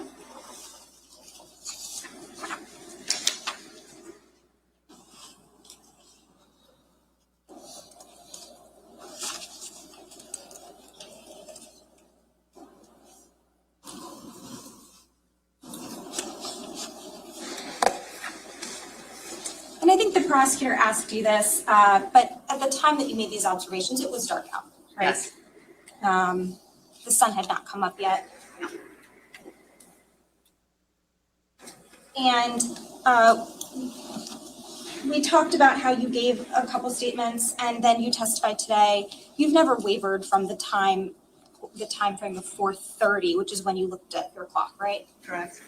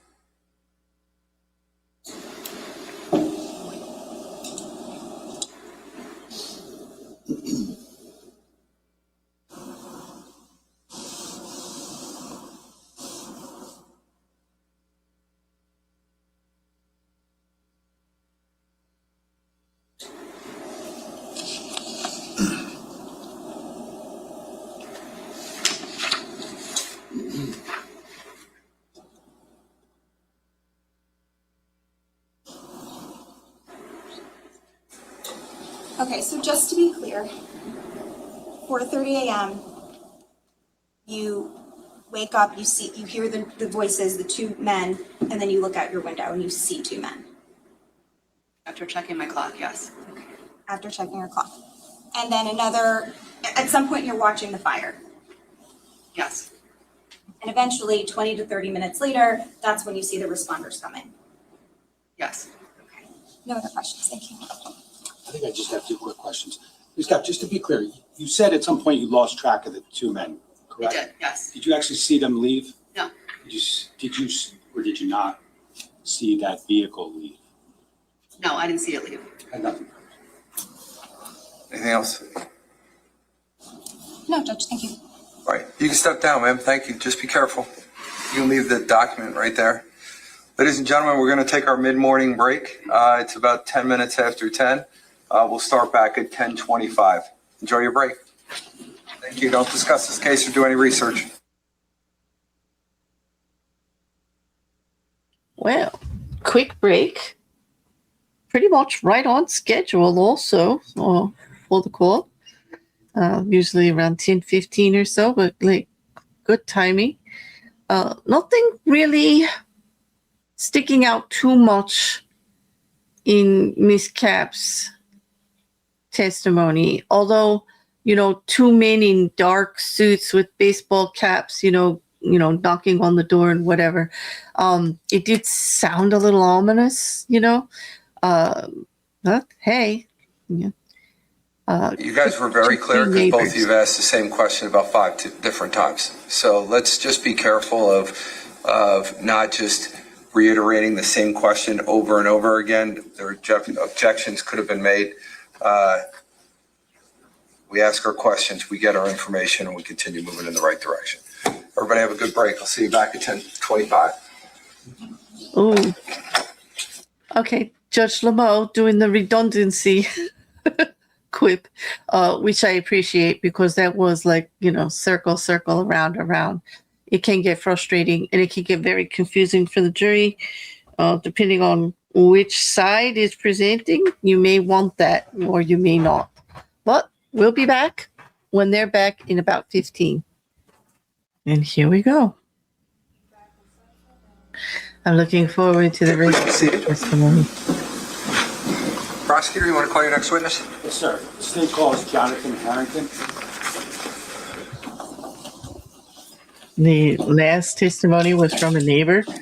Apparently, this part of the trial is focused on the Paul Caneiro house fire in the early morning, 4:30 or so a.m.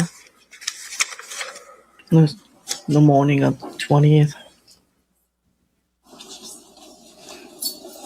Hello, sir. Just watch your step as you're coming up to the witness stand there. Okay, thank you. Sure.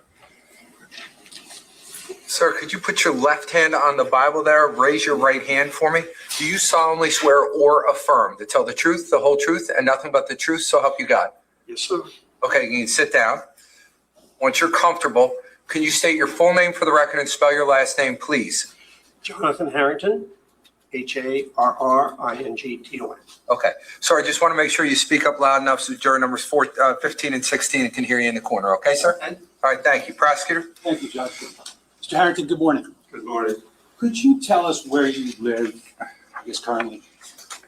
26 Tilton Drive Okay, and how long have you lived there? since 1994. Okay. Now, I want to draw your attention back to November 20th of 2018. Do you remember that morning? Yes, sir. Now, at that point in time, were you still working? No, I was retired. Okay. And what did you do for a living? I was a crane operator. Okay. Now, I want to ask you a question about whether or not at some point that morning you were alerted to a residential fire in your neighborhood. Yes. Okay, and how did that happen? How were you alerted? By the noise of the vehicles coming and the flashing red lights of a vehicle that was next door. When you first heard any noises around your house, where were you specifically? I was in my bedroom. Where specifically in your bedroom were you? I was laying in my bed. So you were lying in bed. What did you hear? There were loud voices in the street, and I couldn't really tell what they were saying or anything. Okay. Then did you immediately get up? No, I did not get up then. Okay, tell us what happened. Well, after that, I was just, casually laying in bed. I wasn't going to go back to sleep. And then I noticed that there were some red lights flashing, okay? And I opened my shade, and I looked across the street, and there was a vehicle in my neighbor's driveway, which was next to the house in question. When you say neighbor, who is your neighbor? Marilyn Klein. Okay. So you got out of bed at some point, as you described, and you went to your window. Can you tell us generally what you can see when you look out your window? Yes, I can see Canario's house from the south side to just before the garage. Can you see any other homes when you look directly out your window in the bedroom? Only Marilyn's. Okay. So you could see, you said Marilyn's, correct? And then you also referenced the Caneiro house, correct? Now, you look outside, that's what you can see generally. What specifically did you see that morning? Okay, when I opened the shade, I saw someone, to me, looked like they grabbed the fire extinguisher and was going to walk into the front of the house, the door. That person, I mean, did you specifically see a fire extinguisher or what? I would say that that's basically what I saw, yes. And that person, where did you first see that person? That was the person that parked the vehicle in Marilyn's driveway. Okay. Now, that person approached where, you said? The front door? And did you watch that person once they got to the front door? I wouldn't say that I did. No, I don't know whether he went inside. I don't remember that. Did you make observations, just to be clear, of that person approaching the front door? Observations, just to be clear, of that person approaching the front door? What do you mean by observations? Did you see that person near the front door? Oh, yes, on the porch, going toward, right in front of the. With respect to the front door, and I don't know if I specifically asked you, which house's front door are we talking about? The Caneiro house. Okay. And before we go any further, did you know the people that lived in that house? Yes. And how many people lived there based upon your understanding back in 2018? 4. And who were they? It was Paul, his wife Susan, and the two girls. Did you know their names at the time? Yes. Now, once you made the observation of the person near the Caneiro front door, what if anything did you see? I think at that point in time, to tell you the truth, I didn't really think much about it. I probably just, turned around and, maybe I sat on the bed or something like that. And it wasn't until I heard the approaching fire apparatus that I got back up. So, just to go back a step, Okay. when you first approached your bedroom window, I think you referenced doing so because of some lights, correct? Yes. Can you tell us what specifically in that regard you saw? Did you see lights once you went to the window? That's why I got up, because I saw the flashing lights. Did you see any flashing lights out your window once you looked? That I don't think I did. Okay, so then you see a vehicle, as you said, up in Marilyn's driveway? Correct. That was the vehicle. That person approached the front door. Right. Now, at any point in time, did you observe any smoke or flames? Shortly after that, yes, there appeared to be just smoke on the backside, on the right, which would be me facing the house. There was some smoke. No flames at that moment. When you saw the smoke, just to be clear, were you still in your bedroom? Yes. At some point in time, did you go anywhere else? I don't think so. Did you ever leave your bedroom? Eventually, yes. Okay, tell us about that. Okay. Basically, what I did was, when I heard the trucks, okay, this is after the smoke, so then there was a glow behind the house, which I assumed was a fire at that time. So I got dressed, went to the bathroom, came downstairs, put a coat on, opened the garage door, and went outside. Okay. And once you did all that and you went outside, can you tell us what was going on in the area at that time? Well, the fire trucks were setting up, okay? Oakhurst was on the north side of the building, okay?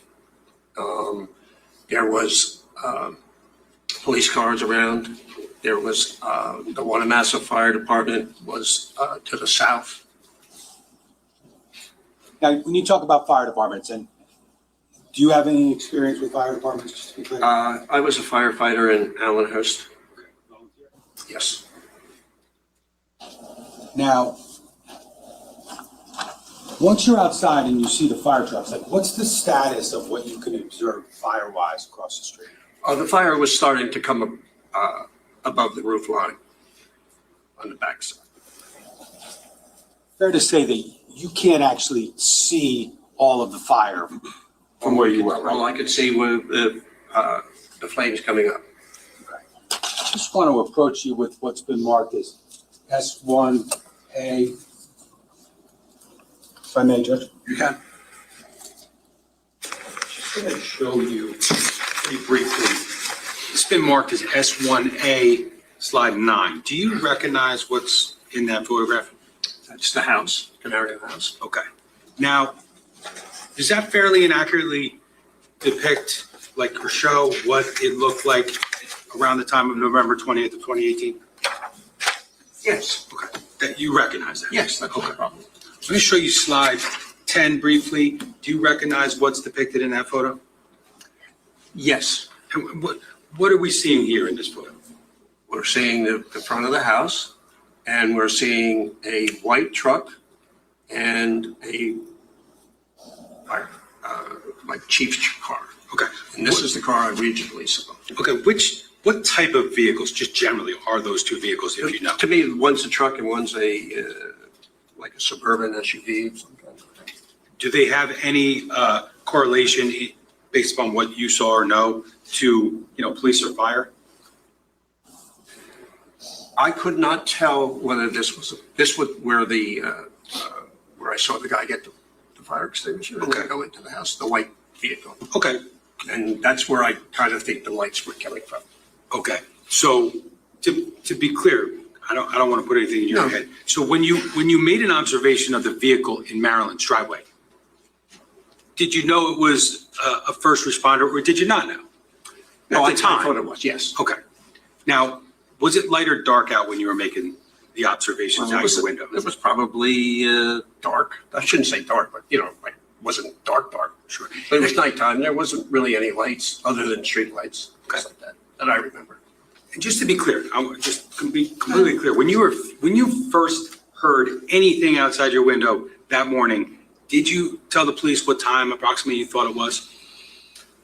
I probably said sometime between 4:30 and 5, because I didn't look at any timepieces in my, the only clock that I have is the cable box has the time on it, but I just really didn't look at it specifically like when I gave my statement. Okay, now, your initial observations from the window, were they, did they include what's depicted in slide 10?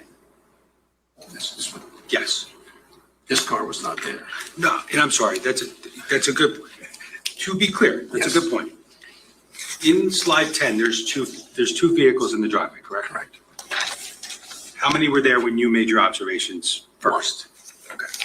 But as far as like what is shown in this photo, let's say what that is.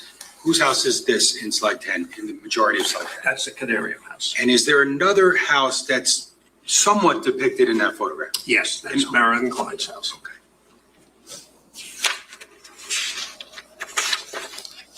I'm just going to show you lastly slide 12 of S1A. I see counsel very quickly. Hold on a second.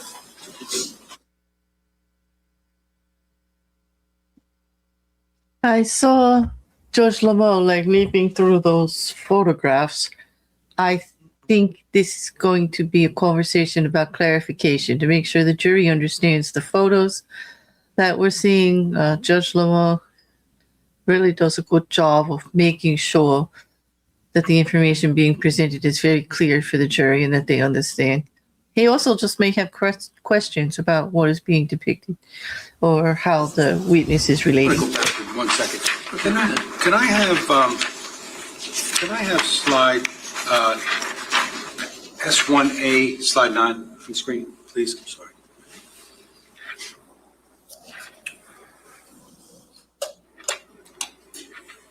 Now, you see this screen in front of you, correct? Yes. And we talked about this photograph. Yes. If you look to your left, you can see it on the large screen. Up there. Oh, okay. Same photo? Yeah. Okay. Yeah. Now, we talked about this photo, and to be clear, What's depicted in this photograph? What can you see there? Just the whole house. Whose house? Caneiro's house? When you say Caneiro's house, you mentioned someone by the name of Paul Caneiro previously. Paul and Susan. How long did you know Paul Caneiro? Basically from the time they moved in, How many years was that approximately? I would say probably 18 to 20. I don't know exactly when they bought the house. Paul Caneiro, is that person present in court today? Yes. Could you just point him out? He's to my right here. Identifies the defendant. Now back to that photo. Is what's shown in that photograph, slide 9 of S1A, is that part of what you were able to see out your window the morning of November 20th, 2018? Part of it, yes. Now, can we talk about that? I'm going to show you briefly slide 10 of that same exhibit. Did I show you that earlier? Yes, Okay. And how many vehicles are shown in that photograph? 2. And to be clear, how many vehicles were there when you first looked out your window that morning? I believe I only saw one, Okay. like I testified. Would it be fair to say, and you can tell me if I'm wrong, that this photograph was taken later when it was Yes. light out? Yes. Yes. Sorry, I was talking over you, sorry. And then lastly, can I just have slide 12 of S1A? That photograph we talked about, I believe I showed it to you. What's that photograph show? It shows like a fire captain or chief's car Okay. and the house. And that's not a specific observation that you made when you first looked out the window, correct? I do not believe so. I only saw the white vehicle, if I can remember correctly. Now, when you left your house that day and you went out to the driveway, you talked about observing smoke and then flames, correct? Correct. Now, did you ever make any observations of any of the Caneiro family? My only observation of them, what I saw was that I spoke to both Paul and Susan and the girls in his SUV, which was parked close to my driveway. It's a little bit later, but it was about the same time that the fire was going on. Okay, so when you came out onto your driveway, did you see the Caneiro SUV at that time or later or something else? I believe it was just a little bit later. Not very much later, though. Now, do you know who your neighbor is? You know, if you're looking at the Caneiro and Marilyn's house, do you know who your neighbor is on your side to your right? Yes, those are the Capps. That include Heather Capp? Yes. Now, where was the Caneiro vehicle, once you saw it, whenever that was, where was it in relation to your house and the Capp's house? I thought it was a little bit farther towards the Capp house. Okay. Okay, I'm not quite sure now, only because I remember that the Wallace fire truck had pulled up and connected to the fire hydrant, which is very near there. So I think it was before my house. Okay. At any point in time, did you have conversations specifically with Paul Caneiro that morning? Yes. And tell us about the conversation. Why were you talking? I walked down and I spoke to him and the girls, and I asked them, how they were doing. And Paul was a little nervous, he was kind of upset, which I kind of thought was just the fire. And he remarked to me that he was scared that he almost lost his wife with the fire. Just to clarify, was he emotional? Yes. Did he say anything to you about how the fire started or anything along those lines? Nothing like that.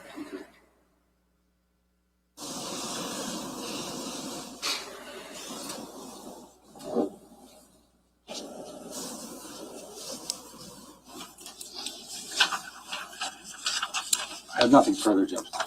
Cross.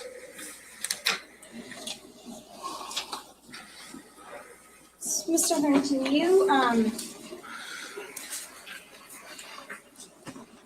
morning. Good morning.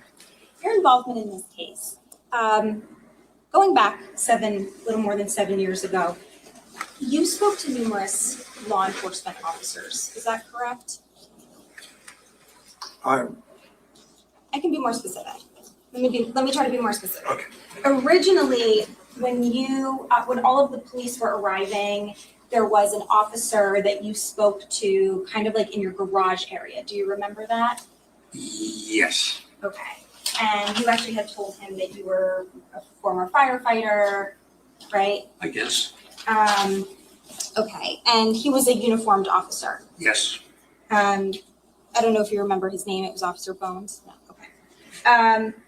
You also spoke to, at some point, I think, like a detective on scene. It was Detective Brady. Do you remember that? I remember Detective Brady, yes.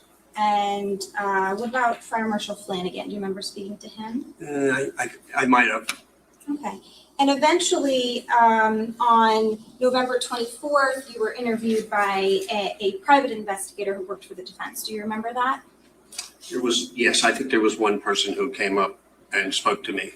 About what happened that morning? Yes. And after that, you eventually gave a statement, or you did give a statement to the prosecutor's office, that was Detective Weiss Broughton Brady. That was on November 27th of 2018, so another few days later. Do you remember A few that? days later, yes, they That's asked like if a more- I would go to the police station and give a statement about what I saw.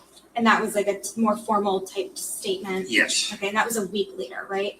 approximately, yes.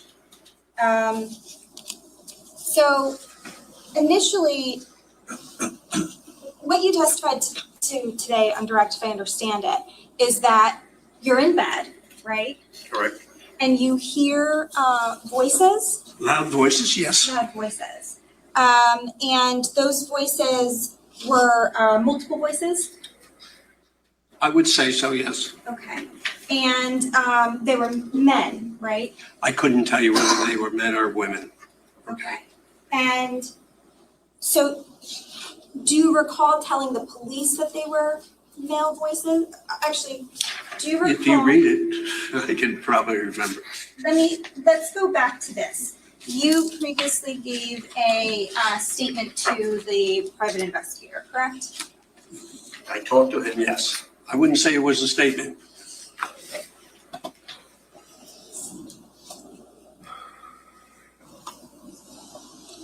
It was more like a casual interview while I was outside. Okay. If I showed you a copy of his summary of your interview, would that help refresh your recollection sure of you some of the can. things you said to We're him? talking 7 years ago. Right, of course. Okay, so I'm gonna approach with D70.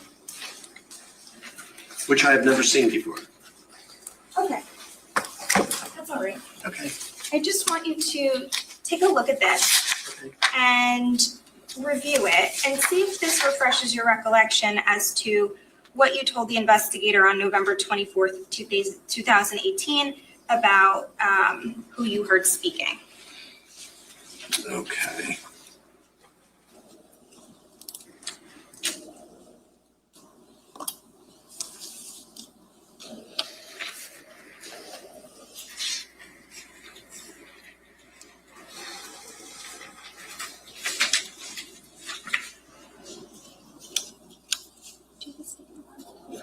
That's pretty much what it was. If I said males, it could have been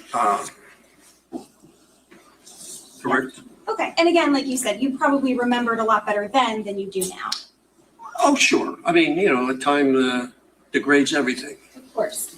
And when you gave a statement to the prosecutor's office, and I can show this too if you'd like as well. Now, this one you have seen before, right? Yes, I've seen that one. Okay, so I'm going to approach with what's been marked for identification as SED2. Mr. Harrington, this is a copy of your statement. Mhm. I'm going to have you, if you flip to the last page. Okay. I'm just going to show you that it is 5 pages. Yes. And okay. this one has your signature on it. Yes, it does. So, and it also has your initials on the bottom, right? Yes, Is this one you reviewed at the time? yes. And you wanted to make sure it was accurate, right? I don't know whether that was the same day or not, but that's accurate. No, I I'm don't saying the reason they had you review it and assign it and initial it Yes, was so because that it was pretty accurate. Within reason, yes, I agree. these were your words, right? Yeah, I guess. When you look at this statement, it's like question, answer, Right. right?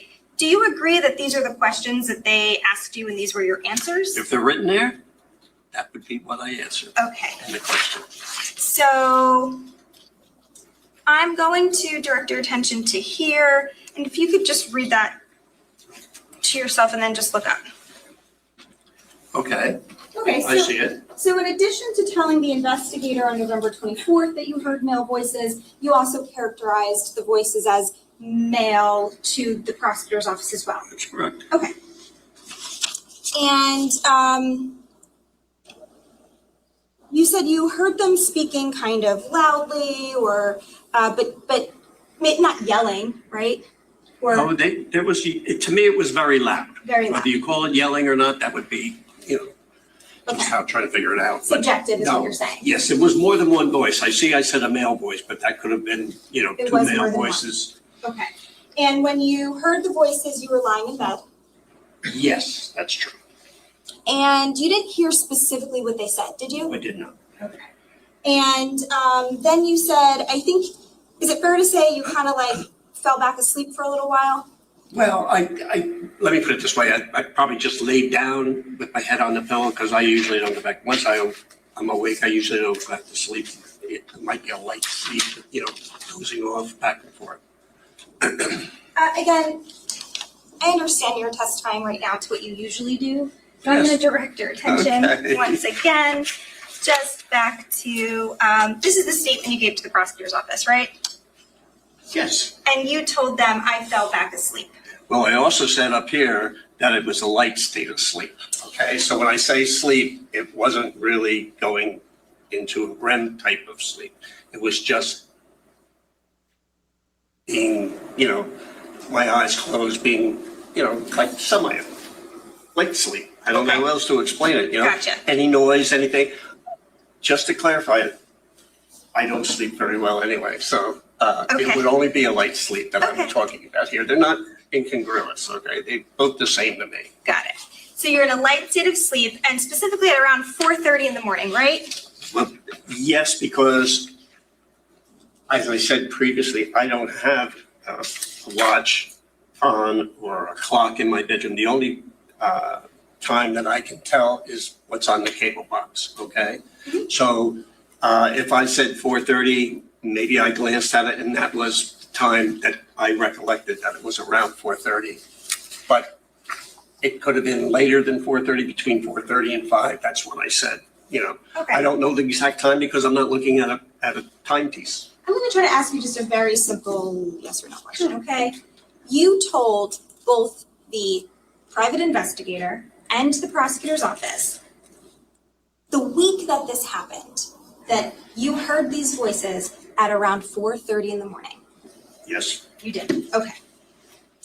And when you spoke to the officer on scene,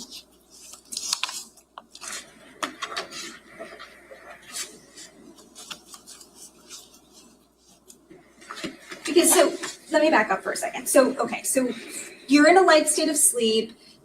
It's around 4:30 in the morning. You hear the voices. You fall back into maybe a light state of sleep, and then you eventually wake up when you see lights. Is that right? Correct. And that's when you go to your window. Correct. And you start seeing what exactly? That's when I saw the vehicle in Marilyn Klein's driveway, okay? And the person get out and walk towards the house with what I assumed was a fire extinguisher. And the prosecutor showed you the photo of the vehicle. There was like a white vehicle and a red vehicle. The white vehicle is the one I saw. You saw the white vehicle. Yes, I believe so. You did not see the red one. I don't believe I did. Okay. So you see the white vehicle once you get up and look out your window. Is that Yes. right? Okay. And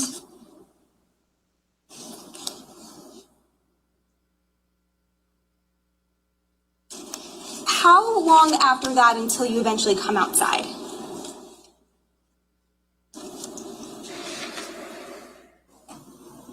I would say, well, time-wise it's hard because I don't, as I said to you, I don't have the time in mind specifically because I wasn't looking at a time. So by the time I got dressed, went to the bathroom, went downstairs, got my coat on, my hat, walked to the garage, opened the garage door, and went outside. Could have been anywhere between 7, 8, 10 minutes, something like that. Okay, when you went outside, you saw at least 2 police cars, correct? I saw police cars, yes. Okay. And that was at around 5 a.m., correct? Around somewhere in that general time frame, Okay. You told the prosecutor's office it was approximately 5 a.m., fair? approximately 5 a.m. So you hear voices, multiple male voices at approximately 4:30 a.m., and then light state of sleep, fall back to sleep. About a half hour later, it's 5 a.m., and that's when you see the 2 police officers outside of your house, right? when you go outside? You're kind of putting words in my mouth. Okay. I said wanna do that. approximately 4:30, and if you listen to what I hopefully I said was sometime between 4:30 and 5, okay? That's a half hour without really looking at a clock or anything else like that. It was a generalization of the time frame and all this was going on. When you say I'm putting words in your mouth, approximately 4:35, are you talking about when you initially heard the voices or when you saw the police? No, you said 4:30. I'm not arguing with you, but you said that I said 4:30. I said approximately between 4:30 and 5. It could have been 4:45, okay? You understand what I'm saying? I used the 4:30 as a baseline for me. Okay. You used 4:30 as approximately 4:30. Approximately. Right, as a baseline when you spoke to the private investigator on November 24th and when you spoke to the prosecutor's office on November 27th, you said that's approximately when you heard the male voices, correct? Okay. And then at approximately 5 a.m., that's when you were outside and you saw the police, you saw the 2 police officers. Is that accurate?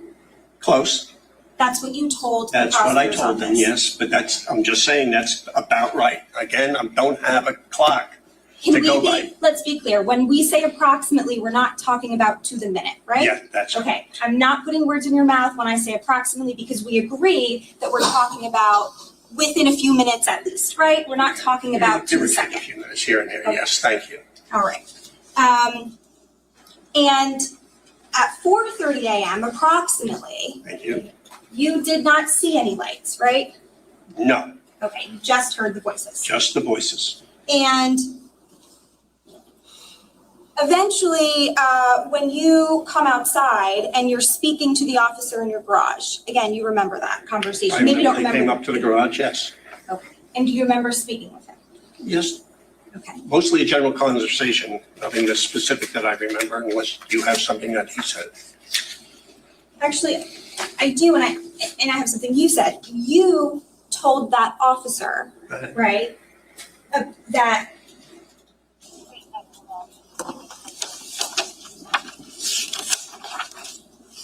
you heard people talking about a half hour before all of the police people got there. Do you recall saying that? I probably did, if that's what I told him. Okay.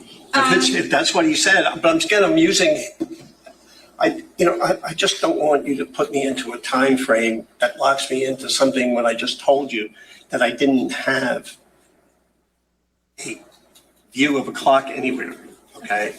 So at this So point. if I'm talking 4:30, I'm talking 4:30 as a general time frame. Right, we've agreed on that. Now, at Thank you. this point, when you're speaking to the officer in your driveway, you actually don't mention a time, right? You say so that's approximately, about a half hour before all the police got there is when you heard the voices. That's what you told that officer, correct? If that's what he said, because I don't remember the conversation. I remember generally talking to them. So when you say if that's what he said, seeing a transcript, he was uniformed, right? Yes. So I'm not sure if you're aware of this, but the body worn camera, it records the conversation. Okay, We have fine. a transcript. If I show you a transcript, would that refresh your memory of what you told Sure. him? Okay.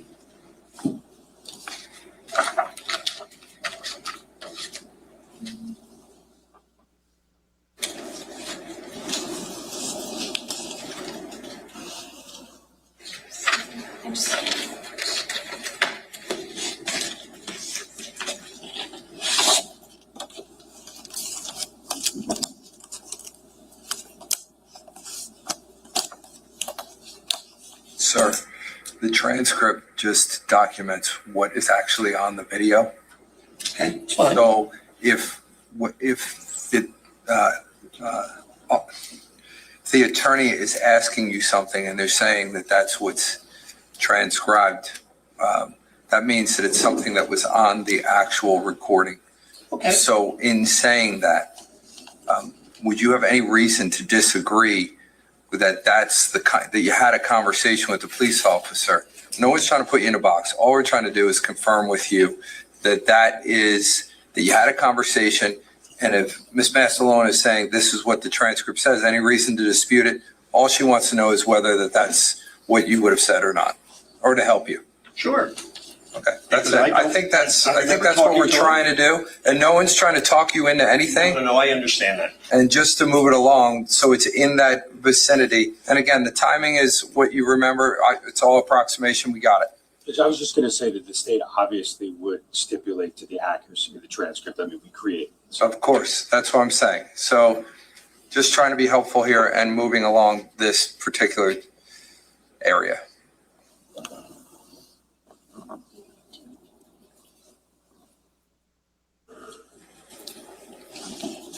Okay, so, sir, I'm going to approach with a copy of the transcript that we were just talking about.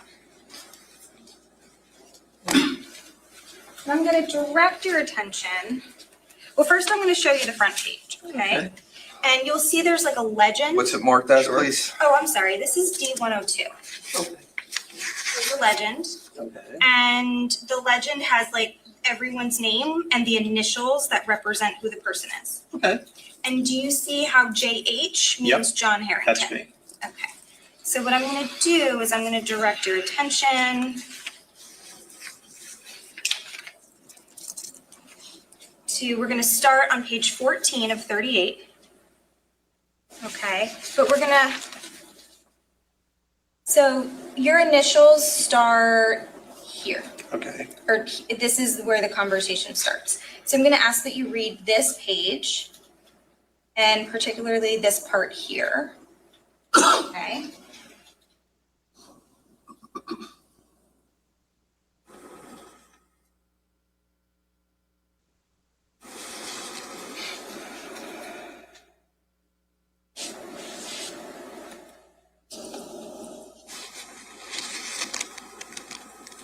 That's fine. Okay, and we're going to continue. Well, based on this, you agree that you told the police that you heard people talking, right? Yes. Okay. And then we're going to go to the next page. I'm just going to have you read this part right here. Let me know when you're.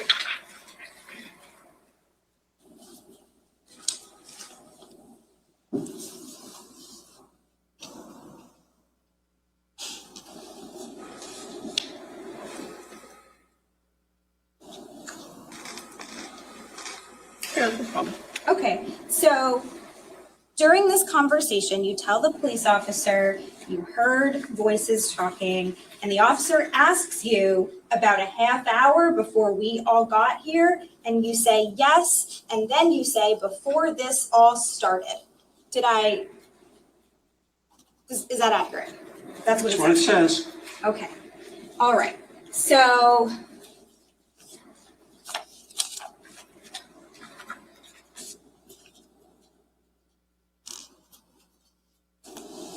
When you say before you all got there, obviously you were referencing the police, right? You're I was speaking- referencing everything. Everything, okay. Yes, correct.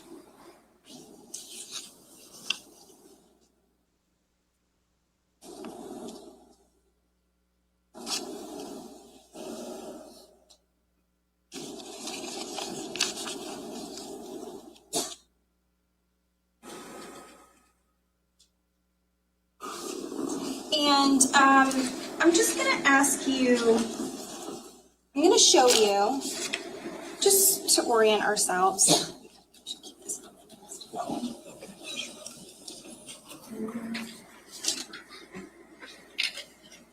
This isn't blocking anyone's view, is it?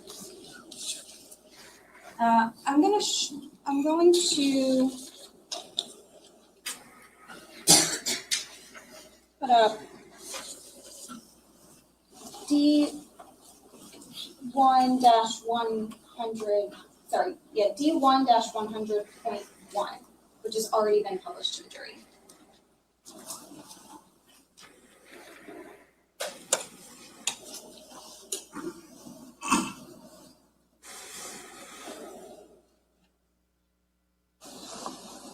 So do you recognize this as a map of the area of 27 Tilton Drive? Yes, it is. Okay, and you can see, I'm going to point here where it says 27 Tilton Drive. That's correct. Mr. Paul Caneiro's house, right? That's correct. And then a house here, it's 24 Tilton with the C, that's Heather Capp's house, would you agree? That's Heather's house, yes. Okay, can you identify, she's handing you a pen, sorry, the clerk. If you can put, can we do a different color? Yes, you can. Are you just asking for him to put an H where his house is? That's what I was gonna do, I was gonna Just do. have him put an H on it. Okay. It'll be Can we fine. just put a H on your house? Sure can. Looks like a 4. Okay, and you kind of wrote over the number, but what was the number, just for the record? Your house number. Your house number. I'm 26 Tilton Drive. Okay, so you're right next to 24. So you and Heather Capp are neighbors on the Yes. same side of the street? Yes. Oh, sorry. It's okay. Oh, maybe I can fix that. Okay, now, is that, how about that? Can we agree on that? What's the numbers there? Okay, this will be 100.2, please.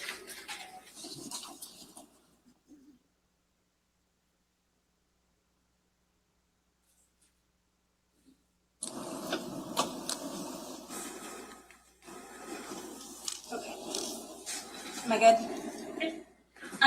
I'm gonna show you one more map, sir. Okay. Oh, if you hit the undo button, you can undo the H.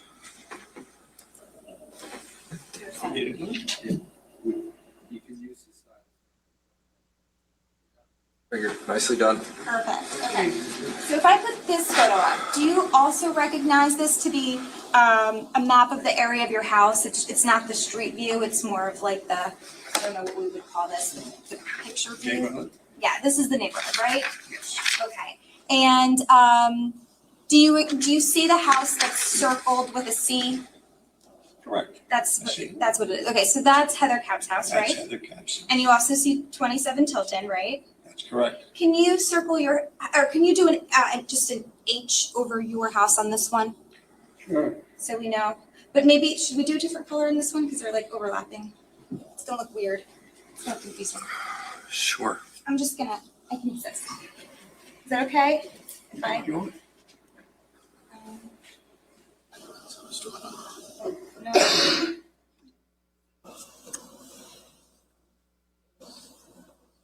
Blue, you're good with blue? Okay. Can we do an H in blue? Yeah, that's not quite an age, but you have to forgive my writing. It's a good looking U, though. Yeah, it is. How's that? That's close enough. We agree to that. All right, we're going to print that. That's 100.2, please.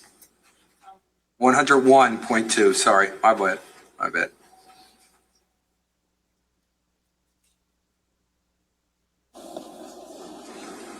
Thank you so much, sir. Just.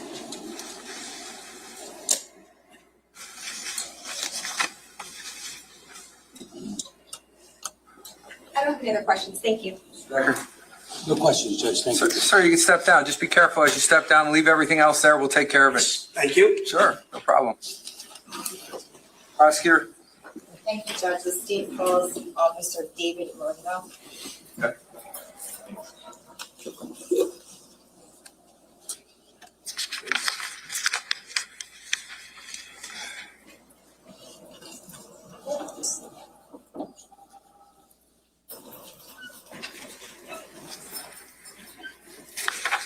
Yeah.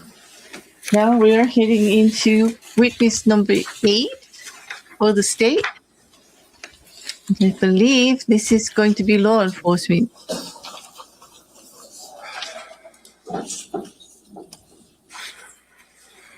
Sir, just watch your step as you come up. You put your left hand on the Bible, raise your right hand. Do you solemnly swear or affirm to tell the truth, the whole truth, and nothing but the truth, so help you God? Okay. Once you sit down and you're comfortable, can you state your full name for the record and spell your last name, please? David Marino Jr., M-A-R-I-N-O. Okay. Prosecutor, go ahead. Thank you, Judge. Good morning, Officer. Good morning. Where are you employed? Ocean Township Police Department. In what capacity? Police Officer Patrol. How long have you been a police officer for? I started my police career in 2013, and in 2015, I started in Ocean Township. Okay, I'm just gonna ask you to keep your voice up because I'm having trouble hearing. 2015, I started in Ocean Township, and that's when I started as a patrolman here. Okay, now did you have to go to the police academy? Yes, I did that in 2013. I went through with Belmar.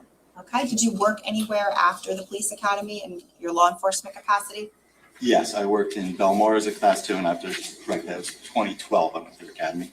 I did 2012 to 13 in Belmar, and from there I went to Englishtown from 2013 to 2015 for 2 years, and then I got hired in Ocean Township. What are your responsibilities as a patrolman with the Ocean Township Police Department? We respond to any calls that come in, whether it be a motor vehicle accident, a domestic, or a theft. We're the first ones that normally will respond. I want to draw your attention now back to November 20th of 2018. Do you recall that date? Yes, Were you on duty? I was. What shift were you working? I was working night shift, And what is the night shift? 7 p.m. to 7 a.m. Right. Now, while you were working during that time, were you driving a certain type of vehicle? Yes, I believe I was in a Dodge Charger. Okay, was it a marked patrol vehicle? Yes, it was. And how were you dressed? And I believe this uniform was in full Class A uniform. Did you have, and the other officers have radios? Yes, Okay, can you explain where those radios would be? our radios are on our hips and on our lapels. We can either keep it up here or we can keep them on our hips. And they're also in the vehicles And what did you use those radios for? to communicate back and forth with dispatch and other officers to let them know where we are, what calls we're going to, and who needs to respond. At 5:02 a.m., what if any notifications did you receive? Possible structure fire And how did you receive that notification? via radio. When you say you received a notification for possible structure fire, did you get any more information? While I was responding, I'm not sure if I got anything extra from a working structure fire. Right before I arrived, another officer came on the radio stating that there was a structure fire confirmed, and that was the other information that I got. Okay, did you learn where the structure fire was? Yes, Where was that? it was on Tilton Drive. Okay, and specifically, was there a house number? 27? 27 Tilton Drive? Did you say yes? Yes. Okay. How did that call initially come in? It was a possible structure fire. I guess what I'm asking is, when you received the notification at 5:02 a.m., Yes. do you know how that call came in, how you got that notification? It came from, I believe, county notified our dispatch, and then our dispatch notified us. Okay, so what time was county notified? I want to say, I believe it was 4:59. Okay, so county's notified at 4:59, you get the dispatch at 5:02? Yes. Okay. As a result of receiving the dispatch, is that when you responded to 27 Tilton? That is correct. About what time did you arrive on scene to 27 Tilton Drive? Approximately 3 to 4 minutes later, so 5:05, 5:06. Now, were there any other officers already on scene when you arrived? Yes, there was Patrolman Redmond and Patrolman Winkowski. Was anyone else on scene when you arrived? Yes, Fireman Chris Sorrentino. Okay. What fire department was he from? One is in Wanamasso. Do you recall how he was dressed? Plain clothes. Who was the patrol sergeant in charge that morning? That was Malone, Sergeant Malone. Sergeant Mastellone. And when did he arrive?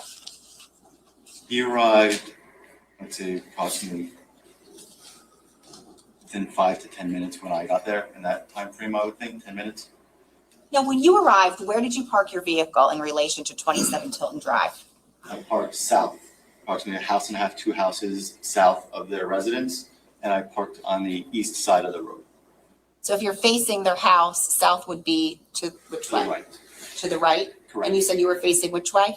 I was also facing, my vehicle was facing south. South would be continue to the right. To the right. Okay. What, if any, observations did you make when you initially arrived on scene? When I first arrived on scene, I was able to see that there was flames coming from the back right corner of the house. If you're looking at it, they were in the back area and they were engulfing a gas meter that was there. As a result of those observations, what did you first do? We contacted natural gas to come out to respond because it was engulfing the meter, and we also started evacuating nearby houses. When you first made the observations of that back right corner where you say the fire was, who else was over there? Over there was Winkowski and Sorrentino. Okay, when you say Wankowski, the jury doesn't know. Who is he? That's Patrolman Wankowski. He's a patrol officer with us. With the Ocean Township Police Department? Yes, he was on the scene as well. And you said Fireman Sorrentino was there? Yes, Sorrentino was there as well. Did you approach that area? Yes, I did. That was the first area I went to. Okay. Now, did you have any concerns about that particular area based on the observations that you just told us about? Yes, specifically the gas meter. And what were your concerns about the gas meter? Well, the gas line was right there, so the concern was that it could possibly explode or start leaking and make the fire that much worse. So we had to make sure we contained that. Okay. After you called the gas company, what did you do? After I called the gas company, I then walked across the street to where I spoke with Susan Caneiro first, and I asked her to move her vehicle. So there was a vehicle parked across the street with people standing outside of it, and it was too close to the scene and the active fire. So I had to move further down the street. That way the fire engines and firefighters can come and do what they had to do in that front immediate area. When you say parked across the street, it was parked across the street from where? From their house. From their house, okay. And which way would the vehicle have been facing? It was facing south. When you said you saw Susan Caneiro? Yes. Okay, when you saw her, where was she? She was standing outside of her vehicle. Okay, near which side? The driver's side. The driver's side, okay. And what, if anything, did you ask her to do at that point? I asked her to move her vehicle further down the road, so that way she wasn't in the main area. Okay, and did she in fact move the vehicle further down the road? Yes, she did. Okay, do you remember where the vehicle was moved to? They actually moved further down the road and parked right next to my vehicle. Okay, so it would be further south? Correct. They were north of my vehicle. On which side of the street? They were on the east side of the street. Is that the side of the street that 27 Tilton is on? Correct. And was their car facing 27 Tilton or facing a different direction? It was facing when they parked there, 27 Tilton. Okay. Did you see anybody else in the car when you approached it and Susan was outside? No, at that point I did not. No, you didn't see anyone else in the car? No, I did not see anyone else in the car. At some point, did you learn the occupants' names of 27 Tilton? Yes, I did. And what was that? There's Susan Caneiro, Paul Caneiro, Caitlin Caneiro, and Marissa Caneiro. Once the vehicle was moved, and I guess I should ask you, what type of vehicle was that? It was a Porsche SUV, a white Porsche SUV. Okay. Once the vehicle was moved, what, if anything, did you do? After the vehicle was moved, I then had to I was walking around the perimeter, making sure that the scene was safe. And then shortly after that, I had to get their information. Okay. Now, at any point on scene, did you see any of the officers making any efforts to do anything with regard to the neighboring houses? Yes, they were trying to evac the houses. They were going knocking, seeing if anyone was home, because the surrounding nearby houses, they had to get everyone out in case the fire started to spread. Were there any other vehicles parked in the driveway of 27 Tilton that morning? Yes. Do you recall any of those vehicles? Yes, there was a Jeep Wrangler, a Porsche, I believe 911, and then another Porsche SUV, I believe Macan. Okay. You indicated a few minutes ago that at some point you said you spoke to the individuals in the car that moved? Yes. Okay, and just who was that, to clarify? I spoke with Susan Caneiro and Paul Caneiro. When you spoke with them, was their car already moved from across the street? Were you? Yes. Okay. What was the purpose of your speaking with them? To get their credentials, just to know who they were, who was inside of the house, and what happened that they saw before they exited the house. Now, back in November of 2018, were you and other officers wearing body-worn cameras? Yes, we were. Okay. What is a body-worn camera? Body-worn camera is a camera you wear normally in the center of your chest that's able to see everything and hear everything that you see and hear that can be documented later. Did you have the opportunity, were you wearing it that morning? Yes, I Was was. it activated? Yes, it was. Did you have the opportunity to review that body-worn camera prior to today? Yes, I did. Okay, and what you reviewed, was it fair and accurate, an accurate depiction of what it took place that morning? Yes, it was. And do you know if the conversation that you had with Paul Caneiro was captured on that body-worn camera that you just indicated? It was. Now, does the first minute and 30 seconds of your body worn camera, does that capture your initial observations as to when you arrive on scene? Yes, it does. Okay. And were certain portions of your body worn camera clipped for purposes of trial today? Yes, they were.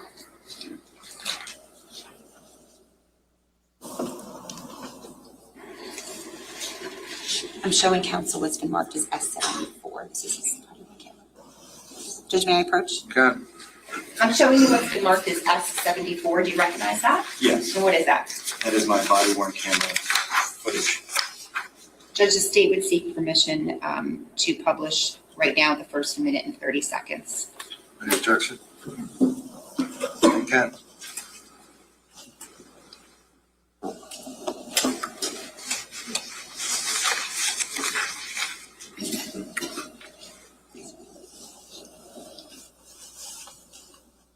That's not gonna work.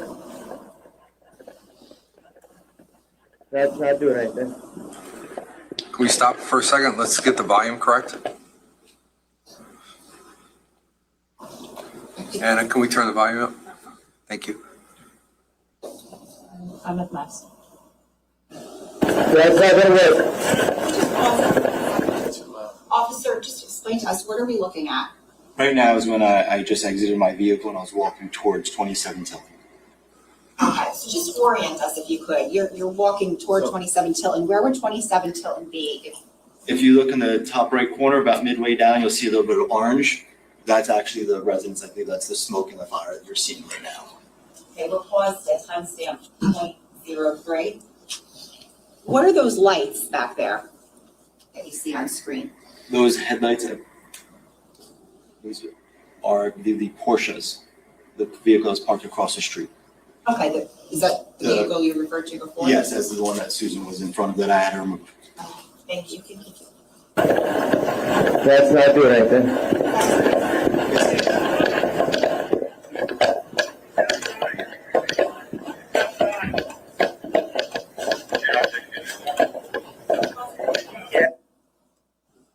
Pausing it at 0.17 seconds.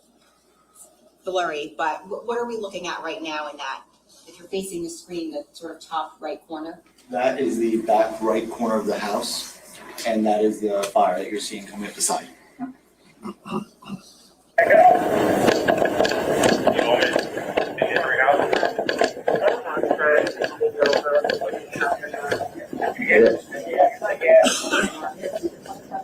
Oh, yeah. Sorry, who was that officer right there? It's Charlie Winkowski. Okay, thank you. And that was paused at 0.31 seconds. Hey,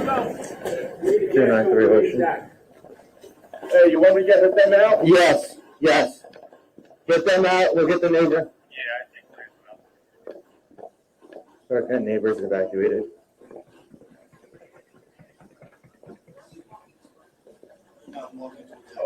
Can you guys go somewhere further away? So it's a gas meter. Who is this individual on scene at timestamp 54 seconds? Susan Caneiro. Okay, and the car that she's next to, is that the car you were referring to before? Yes, it was. And the car is facing in what direction? It's facing south. Thank you. Okay, so go down the street.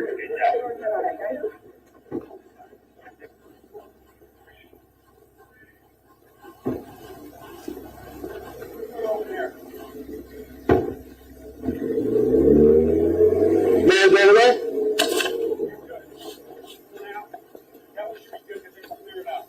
And the cross street thing's good? Yeah. Okay, I just moved them to get further away right now. Is anyone answering that?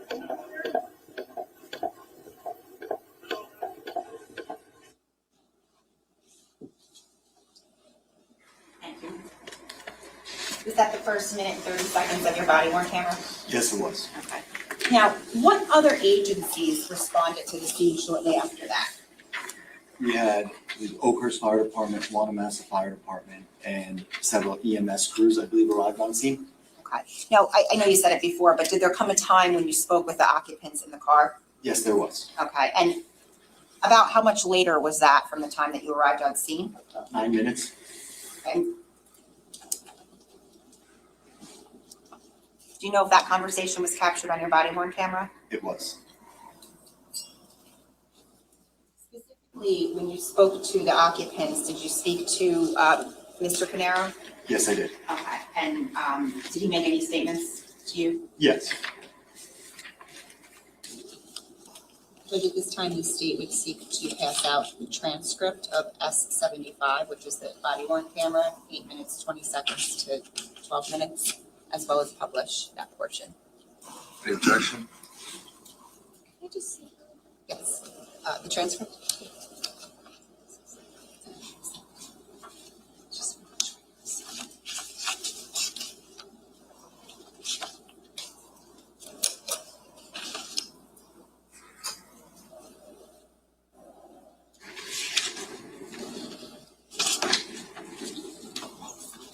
What's this marked as again, the transcript?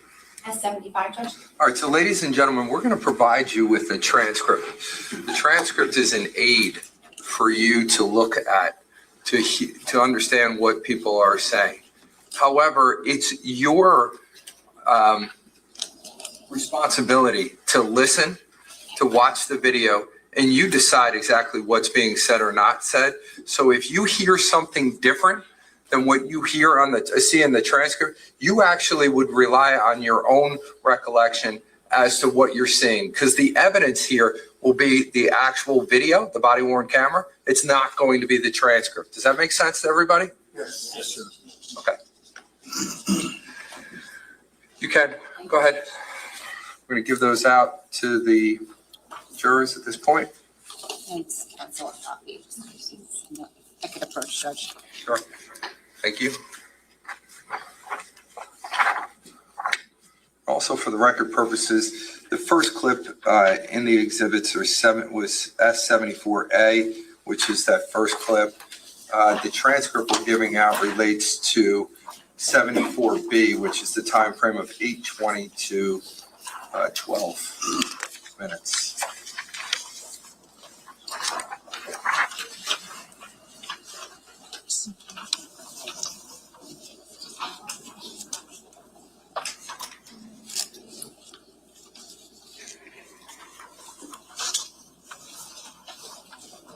And then Judge, at this point, seek permission to play S-74C.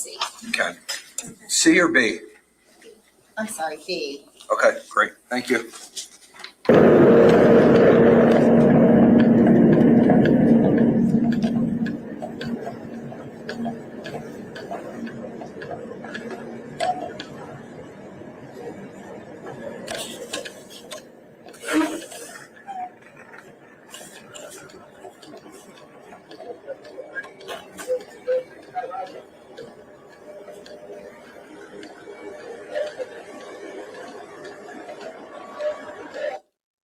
Ask you, we're pausing it at 29 seconds. Your car is parked where in relation to the Porsche? South of it. So just, is that behind it or? Yes, right Okay, behind so it. we're looking at it behind it? Yes. And which way was your car facing? Was it facing their car or away? The vehicle was facing away, if I recall correctly. Thank you. You can say that, yeah. That's it. You can say that, yeah. What's your name?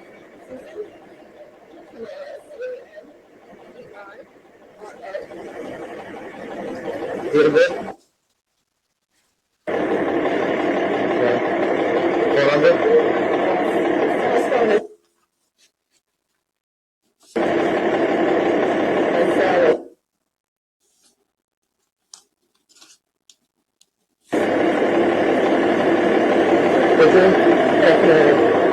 Pause for a second. Does it have a skip, or do we have an issue? Okay, just want to make sure. All right.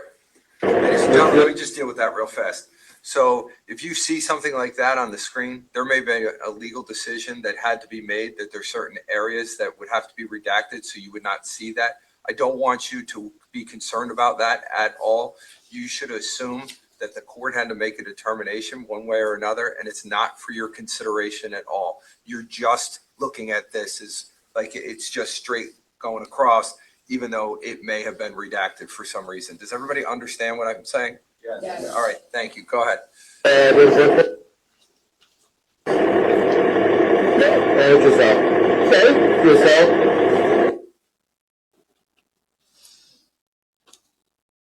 Did you guys invest more than your test take? You want to, I'm doing some, okay, do you want to know something like that?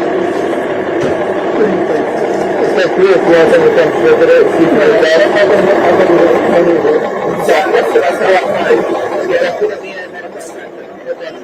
But, and here's some help. There would have been K-A-T-E-L-I-N.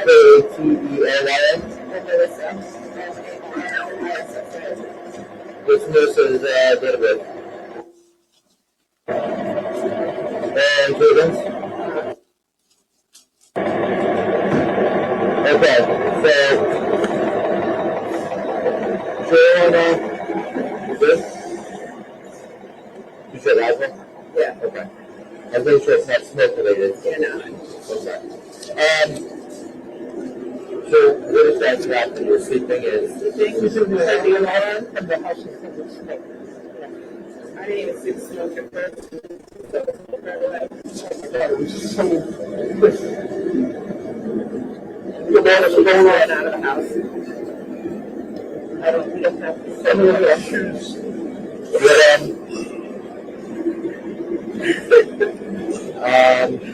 Anything else?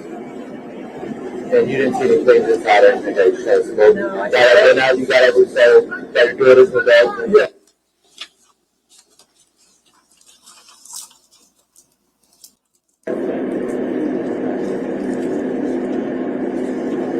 That's what I'm saying.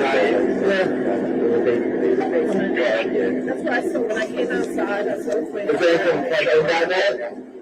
Yeah. Okay. Alright, so I wouldn't do that. No, it's inside of the roof, that's good inside.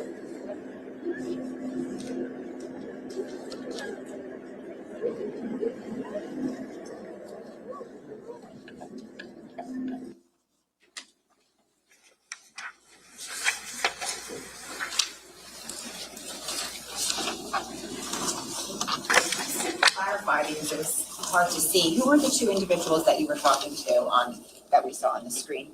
I saw Susan Caneiro and Paul Caneiro. Okay.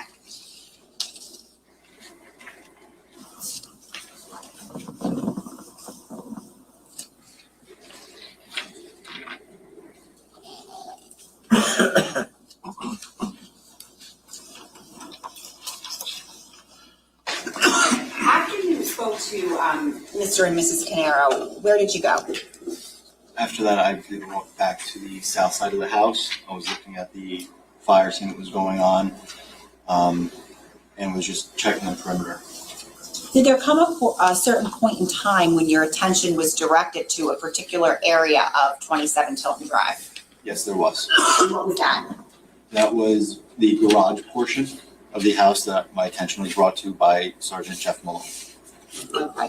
Can you describe the driveway and the garage as it looked that morning? Driveway, as you walked up the driveway, there was a Jeep parked facing the backyard, so that was facing east, and then the driveway would open up a little bit wider so that cars could face the house, the garage of the house, which was south. So there was 2 cars facing the garage, and there was 1 car that was facing the backyard. When you went over to that area, what, if any, observations did you make of that area? After we walked up past the vehicles, there was a red gas can on its side. There was also burn marks on the door trim of the garage door area, and there was burn marks and gas on the Porsche Macan, and there's smoke damage as well on it.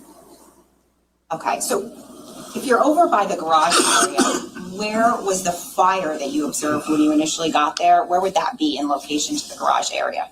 If I'm looking at the garage closest to me, and I'm looking inside the doors, it was back left would be where the flames originally were. Were your observations that you just described over by the garage, were they captured on your body worn camera? Yes. Okay. Judge, permission by the S74C. Okay.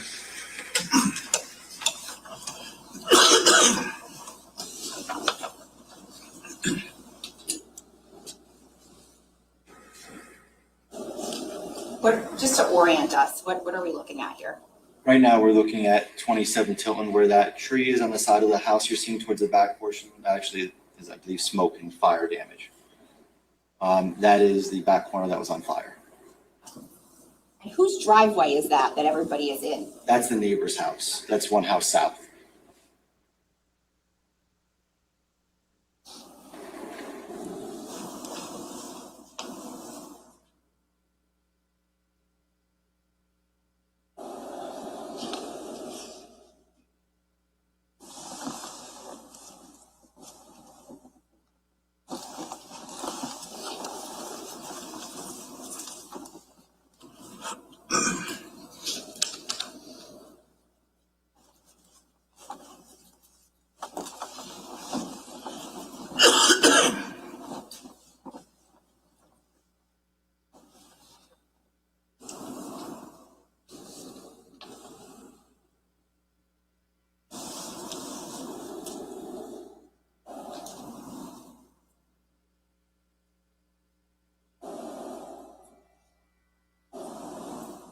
Is that you writing on the pad? Yes, it is. Who's the individual that you're following? That is Sergeant Malone.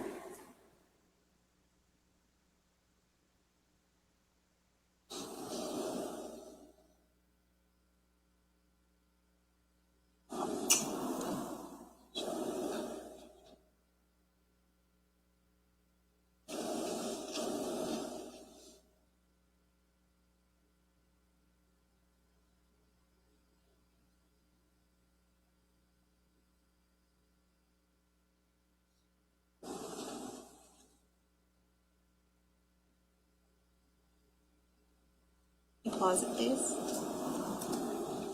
It's paused at timestamp 2 minutes, 7 seconds. What are we looking at in this picture? We're looking at the garage of 27 Tilton. Okay. Now, just for purposes of the record, are the garage doors open or shut or something else? One door is open, one door is shut. Which one? The one on the The right? east door, which is the left door in this video, is the one that's open. The right door is closed. Okay, you can continue. Thank you.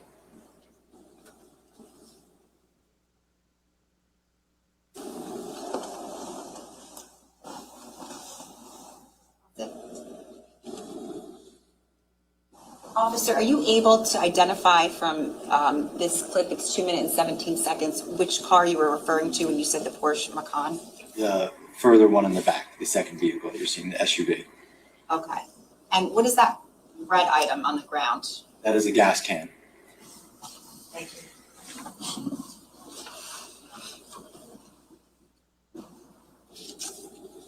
Thank you.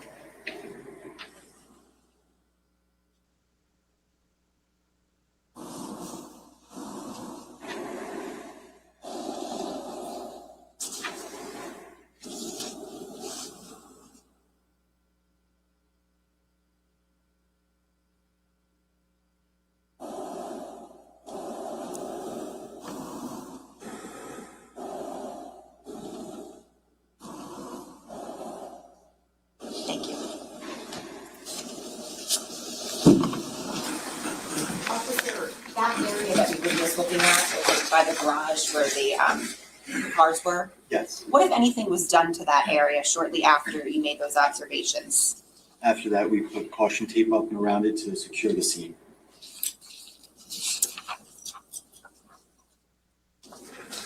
Did there come a time when you took possession of anything from the garage area that we just observed? Yes, there was. And what was that? A DVR unit. Okay. Where specifically did you take possession of that from within the garage? If you first walk into that garage door that you saw open, it is the back left corner, and it was on top of, I believe, a refrigerator, where there was something that was stacked on top of. Did you have a role in taking that DVR? Yes, I was handed it from, we had another officer, Patrolman Bones, that climbed up, and he was able to unhook the DVRs, and then he handed them to me, and I went and placed them and secured them in my locked vehicle. Okay, and just for purposes of completeness, who requested that you take that DVR? That was Sergeant Jeff Malone. Okay. How did you learn where the DVR was located within the garage? That was from Patrolman Bernhard. He went and spoke with Mr. Caneiro, and he got the information from him, who was relayed to me. Okay, and once you took possession of the DVR, what, if anything, did you do with it? I took it and I brought it to my vehicle, my patrol vehicle, and I put it in the trunk, which was locked. Okay, are you referring to your patrol vehicle that was parked behind the car that the Caneiros were in? Yes. Okay. Who ultimately took possession of that DVR from you? That would be Detective Catalano in the prosecutor's office. When you walked over to your vehicle to place the DVR inside of it, Yes. and I think you said it was where did you put it? In the trunk. They're locked in the rear. Right. Did you pass anyone? Yes, I did. The Caneiros were still in their vehicle. Paul's in the driver's seat. After you secured the DVR system in your trunk, where did you go? After I went back to the garage. When you went back to the garage, who was over there at that point? Now, Fire Marshal Flanagan was there. Anyone else? If you recall. The other officers, there was Officer Redmond there and Bernhardt, I'm not sure who else. Okay. And if you watched your body worn camera, would that refresh your memory? Yes. Okay. Do you know specifically why Fire Marshal Flanagan was over there? I believe he was being pointed towards the gas can and the fires that we were seeing on the other side. Okay. And at this time, the state seeks permission to publish S-74D. Any objection? Okay.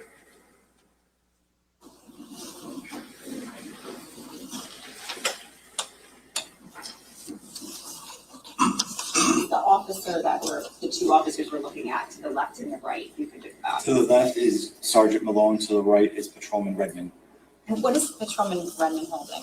The DVR units, we were trying to figure out which ones were the correct ones. So had it already been taken at that point? Yes, it was already Okay. taken And I think down. you said it was on the someplace, where did you say it was? It was like at the top of a refrigerator or something in the back corner, the back left corner of the garage, if you're walking in through the open door. Thank you.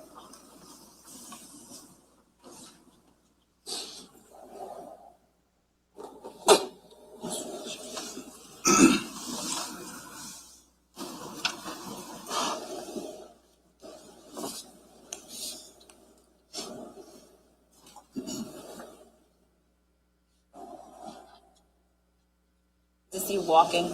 Yes, it is. What are you holding in your hands? The DVR unit. As well as wires. And is there another box too? Yes, there was. So you had two items? Correct. What was the other thing? I'm not sure if that was the router. From there, I do not know what that was.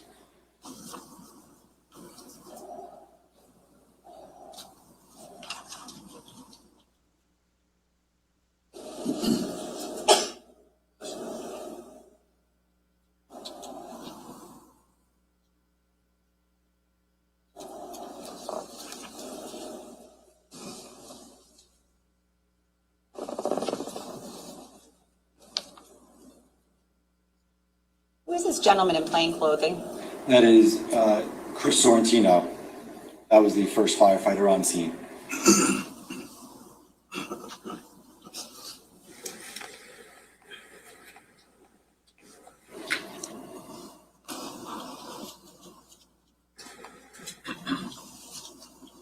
Who is this officer? That was Patrolman Bernhardt.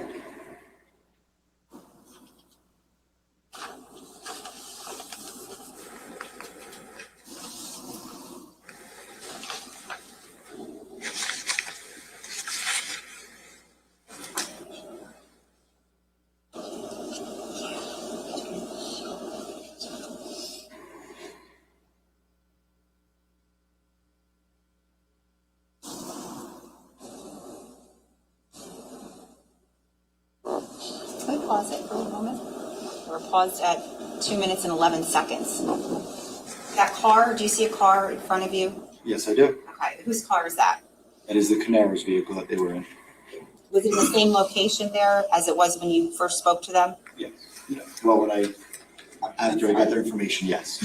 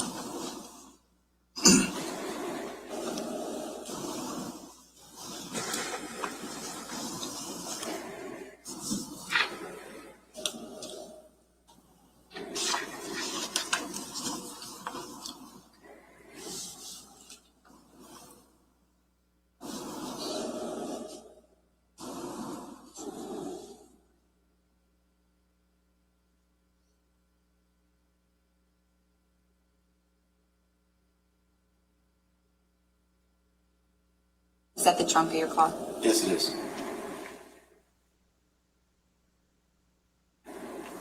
What are you doing right now? I'm putting the DVRs and the wires for them inside the trunk of my car.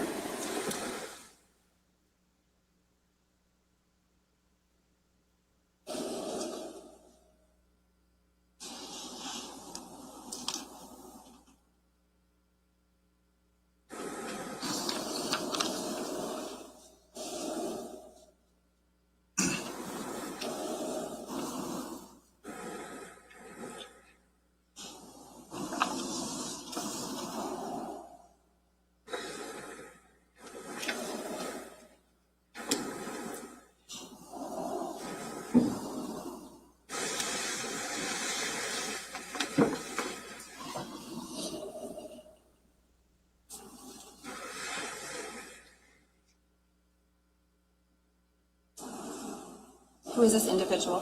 That's another firefighter who is also the captain of our department, Restar.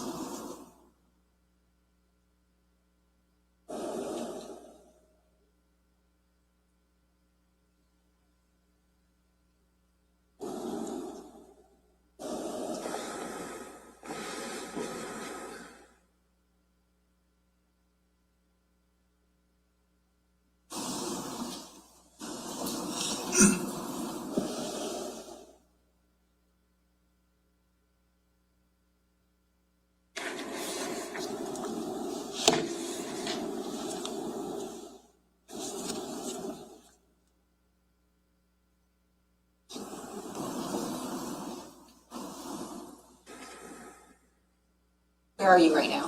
The garage of 27 Tilton.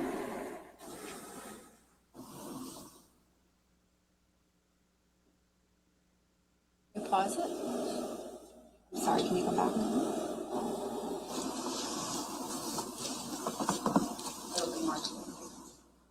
It's fine. Sometimes. Sure. It's timestamp 6 minutes 5 seconds. Right. So if you're facing the screen all the way to the right, like halfway in the garage, who's that man? That is Flanagan. Fire Marshal. Flanagan. Okay. And are there other officers on scene as well over there? Yes, to the left where you see the light, that's Patrolman Bones, and I'm not sure who that is. Okay. Beyond. You continue. Thank you.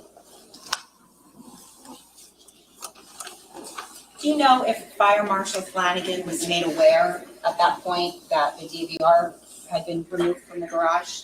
I believe I told him that we took the DVR. How long was Fire Marshal Flanagan over by that garage area from the time you got back there? Or so, 2 minutes, and he went, I believe he had to go speak with someone. Okay, do you know who he went to speak to? Yes. Who? Paul Caneiro, Okay, and how do you know that? because he was told that he was advised he was asking who the homeowners were, and he wanted to go speak with them. Now, were any detectives from the Ocean Township Police Department notified that morning of this scene? Yes, Detective Brady, Okay, and why was Detective Brady notified? because he was the on-call detective, and now with the gas can that we saw and the separate fire on that side, it became suspicious, and we were now possibly looking at a crime. Okay, but just to be clear, I mean, just to be 100% clear at this point, was there any person in particular that you had suspicions about at that point on scene? No, Okay. Who was the scene ultimately turned over to? the prosecutor's office. Okay, and how long were you on scene for? I believe I stayed on scene until approximately 9:30, holding scene security. Nothing further. For us?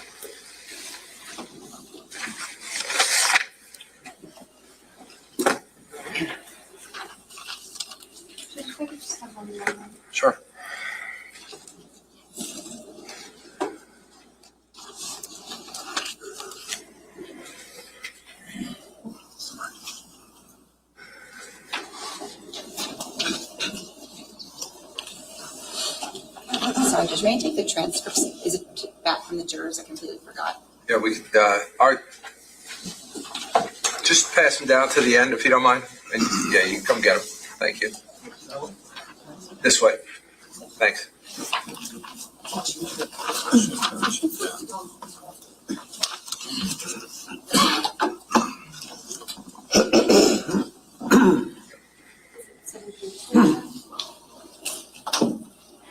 I got him. Mr. Decker has it. Thanks.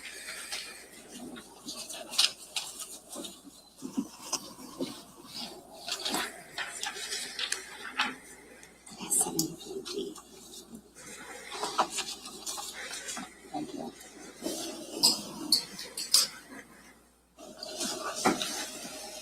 Morning, Chair. So let's start with a little bit of a timeline. You testified on direct that you got a call from dispatch at 5:02 a.m. Yes, Okay. And you explained to the jurors that that call from dispatch originated from a call from the county? yes, Okay. And so it was the county that notified dispatch and the dispatch that notified you? correct. Okay. And the county call came in at 4:59, you said?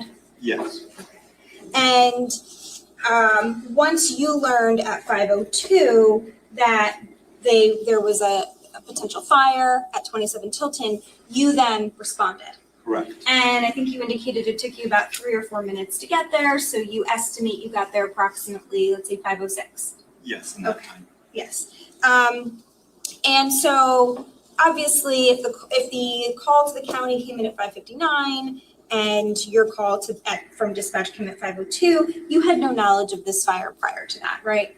Correct, You were not on scene prior to 4:59 or 5:02, correct? correct, Because in fact, you were not on scene until approximately 5:06 a.m. correct. And when you got there, who was already there? There was Chris Sorrentino, who was a firefighter. Mhm. We had Patrolman Charles Wankowski and Patrolman Bernhard. Okay. And are you aware who got there first? I am not, I know Wankowski and the Bernhard, they got there almost very similar times, but I was on the other side from where I believe they arrived. What about Redmond? Yes, Redmond. Sorry, Redmond, not Bernhard. Redmond was there before him. Okay.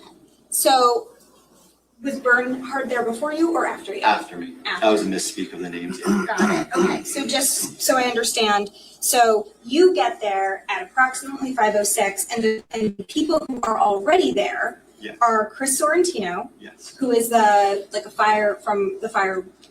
Correct. Was it Oakhurst? Oakhurst, Wanamassa. Oakhurst, yes. Okay. He's like a fire person from Oakhurst, and then we have officers Wankowski and Redmond, who are from Ocean Township. Yes. Okay. And so the three of them must have gotten there sometime between 5:02 and 5:06. Yes. Okay. And as far as you know, the four of you were the first responders to that scene, Yes. right? There wasn't anyone before the four of you, was there? I do not believe so. Okay. And when we saw the body worn camera footage, we watched a few different clips, correct? Yes. But those clips came from like a longer video, right? Correct. And that video was your body worn camera that was running while you were on scene. Yes. Okay. And why did you turn your body worn camera on when you first arrived? Because when we get to scenes, we were supposed to activate our cameras when we were arriving at the call or on the way to the call. And that's the reason I activated them. Okay. And so what we saw was sort of like clips from the span of about, can we say the first maybe 50 minutes, like close to an hour, but not quite an hour? Yes. And you saw it was dark out, right? Yes. Okay. Is it fair to say that it was pretty dark? Yes. Okay. And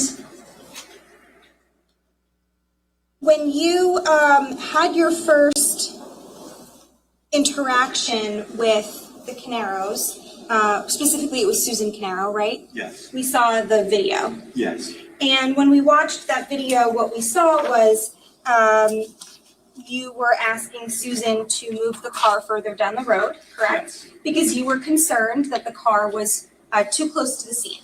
yes, And you relayed that to them. yes,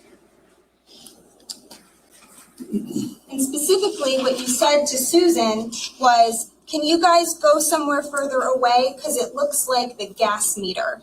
That's what you said, yes. right? Okay.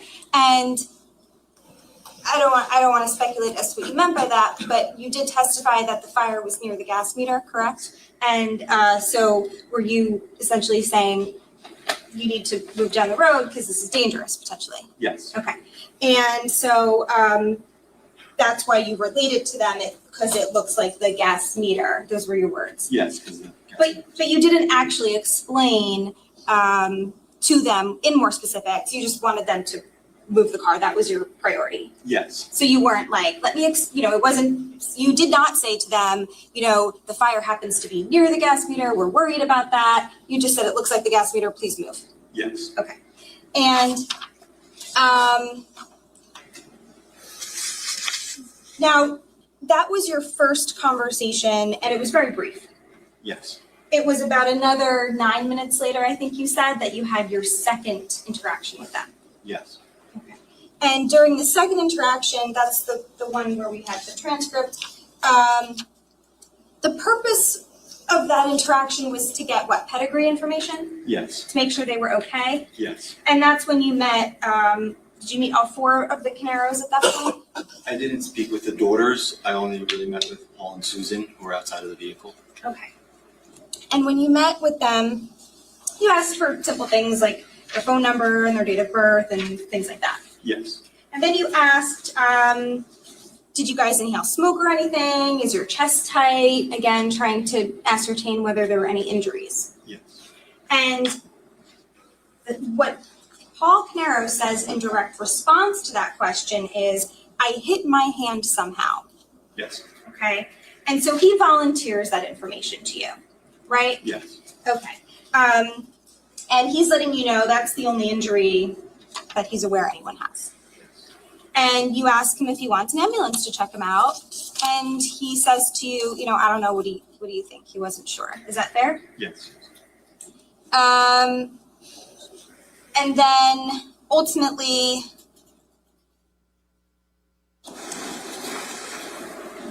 I don't know if, if someone gave him like an ice pack of some sort? I think, is that what I'm happened? not sure after that, because he said, him and Susan said they didn't need any medical attention at the time. So my involvements with medical on them was ended there. Okay. But there was no further discussion about the hand at that point, right? No, Okay. And he did not say he burned his hand, right? He said, I hit it. yes, I believe his hit hurt. It's kind of really hard to exactly hear, but yes, he said hit his hand or hurt his hand. Do you want to see the transcript? Will that help? You can show me it, yes. Do you have the one marked that we?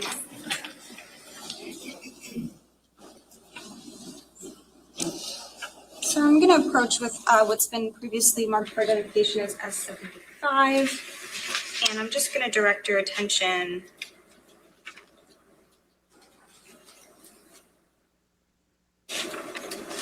This is a transcript of the body worn camera footage, just the clip we saw of the interview. Okay. And I'm going to just direct your attention to line 39.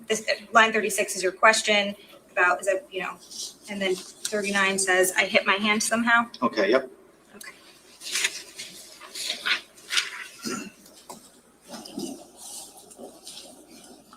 Now, he also tells you during that interaction, he mentions like, oh my God, the smoke was so thick. Yes, And he also notes to you that they don't even, they kind of ran out of the house. He doesn't even have shoes on. yes, Remember that? yes, And in any event, after you speak with them, is that when you're shown or was it before or after you speak with them that you're shown the small fire by the garage? after I spoke with him, I was shown that. After, okay. Do we have like a photo of just pictures of the garage? Yeah. Just like the photo.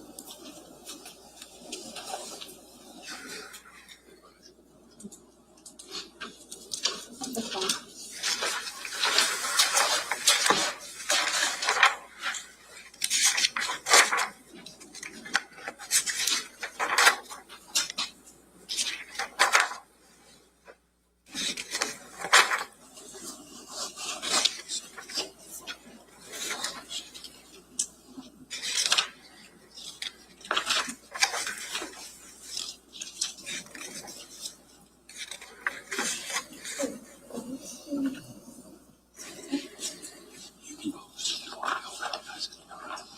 Oh, this is 3. Slide 3 of S1A.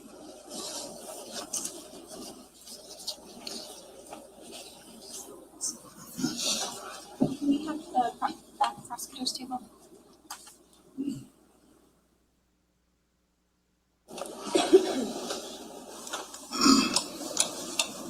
Okay, so I just wanted to orient ourselves.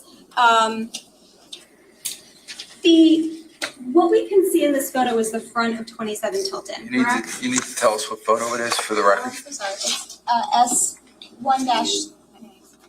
S1-1A3. Okay. This is the front of 27 Tilton, correct? Yes. Okay. This is obviously during daylight hours, right? Yes. Okay. But you're familiar with it? Yes. And what we see on the left side of the screen is the garage, right? Yes. And we see the 2 garage doors. I see the one on the right. The one on the left looks like it's obstructed by the 2 pieces coming out, the trim pieces, but yes, you can see the garage doors. Okay. And to be clear, like this wasn't, I'm not saying this is how it was when you first saw it or anything. This is just a photo taken later, right? Yes. But just to orient ourselves, the garage door to the far left, right? Yes. Sort of, I'm just going to point on the screen, kind of where the tip of this Porsche vehicle and the bottom of the left garage door, this is where that small fire was, right? Yes, it was all the way to the left side of that garage door. Do you want to circle it on the screen? Would that be helpful? Yes. Just where you saw that small fire? Okay. As best as I can That's make the it with point this across. little bit, yeah. All right, and then on this side here, now this is the right side of the house, Correct. if you're looking at it. Yes. And then the smoke was coming out the back side, right? The fire. Like Yes. we can't see that part of the house in this photo, right? Correct. Because it's behind, it's like the back corner. Yes. Okay. So just to make sure we're on the same page here, there's 2 separate fires, right? Yes. In this house. And the main fire, the big one, is the one we really can't see because it's behind the right side of it's the back right of the house, Yes. correct? And then there's this small fire that evidently occurred by the garage, right? Yes. Okay. Now, as you're on scene, you can take it down. Hold on for a minute. Sir, so that we all understand, are you talking about the first bay? No, these further bay towards the backyard. So it's the back bay? Yes. Okay. All right. Because it's hard to see from that photograph. So everyone understand we're talking about the back bay? All right. So we can have that marked as 3.1. Slide 3.1. We also see in this photo that the crime scene tape is up, right? Yes. And I think you mentioned that on direct. You said that the crime scene tape was put up to secure the area, right? Yes. But I'll back up for a second. So patrolman, so who shows you the fire? Is it Redmond, or like the area of the garage? Is it Redmond? That was Sergeant Jeff Malone. Sergeant Malone. So Sergeant Malone brings you to the garage area where the fire at that point had been extinguished, right? Right. And he shows you some things, right? Yes. And the things he shows you are, number 1, the gas can that was we saw in your video, it was like laying on the ground, right? Yes. Can we actually, so I think it was S74D. The state had paused it at 6:05. Can we get that back up? Oh, yes. Sir, do you mind hitting undo? It's on the right, the bottom right corner. It's hard to see there. Yep. Exactly. All over. Here it is. There we go. 6:05.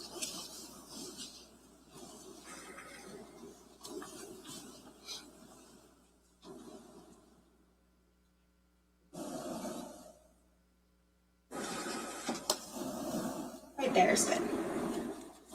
Now, if we can just, I don't know if you can like tap your screen to get the bottom, so you can see the bottom. I don't know if I can do that. Oh, okay, do that. Let's minimize it. There we go. Okay. So, sir, we see the gas can in the photo, in the still frame of the body-worn camera, right? Yes. Can you circle the gas can, please? Okay. And maybe maximize it, but drag it out so that like it covers most of the screen cover, so she can print it. You know what? Let's try it again. Do you mind hitting undo? Sure. And we're just going to make this bigger to cover more of the screen.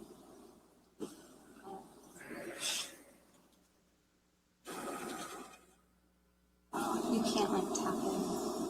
I can play it. Okay, maybe if you press play. Okay, perfect. Yeah. All right, let's minimize it again then. All right, let's just circle that one, if you don't mind. This is the gas can I'm circling. Okay, and then if we can capture that. And for purposes of the evidence, we'll just like redact or the actual screen, which is not part of the evidentiary photo. Would you like me to circle where the burn marks are on the door so that people can see you better in this image? Sure. Okay, so we're looking at the left garage bay, Yes. and that's where that small fire was. Yes. And we could kind of see in the photo actually like the char marking from where the little fire was. Yes, there was a fire there. There was another fire that was on top of the vehicle as well that was extinguished when I got there as well. Okay, let's talk about that one. You observed so if we back up for a second, there's multiple cars in this driveway. Yes. Right? And I think there was 3 total. Yes. And there's a Jeep that's kind of further back down the driveway. Yes. But then there's 2 Porsche vehicles closer to the garage. Yes. And are they parked side by side? Yes. And one of them had like a burn mark on the hood, or Yes. maybe multiple burn marks. Yes.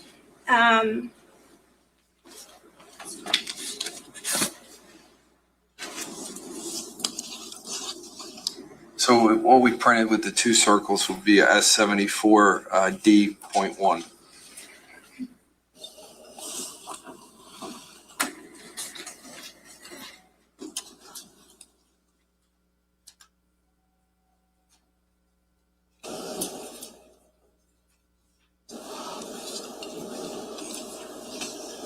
Okay.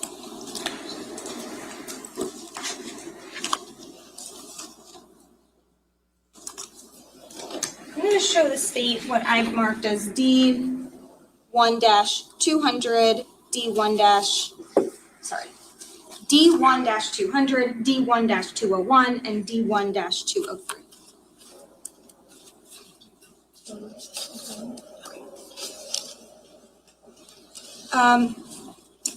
Judge, may I approach? Okay. So I'm approaching you with just a few photographs.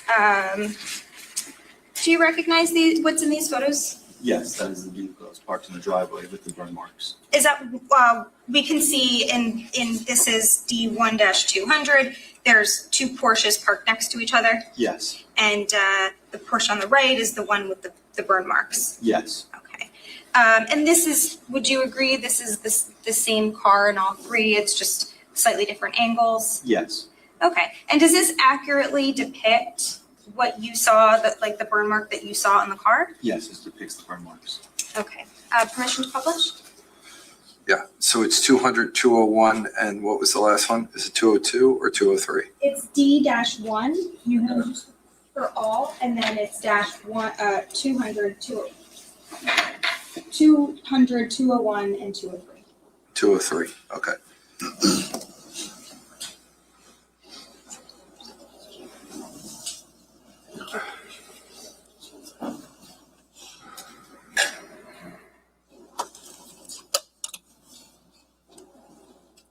So this is the first photograph, and can you describe what we're seeing there? Wait, hold on, which number is this? Is this 200 or is this 201 or 203? This is D-1-201. 201, okay.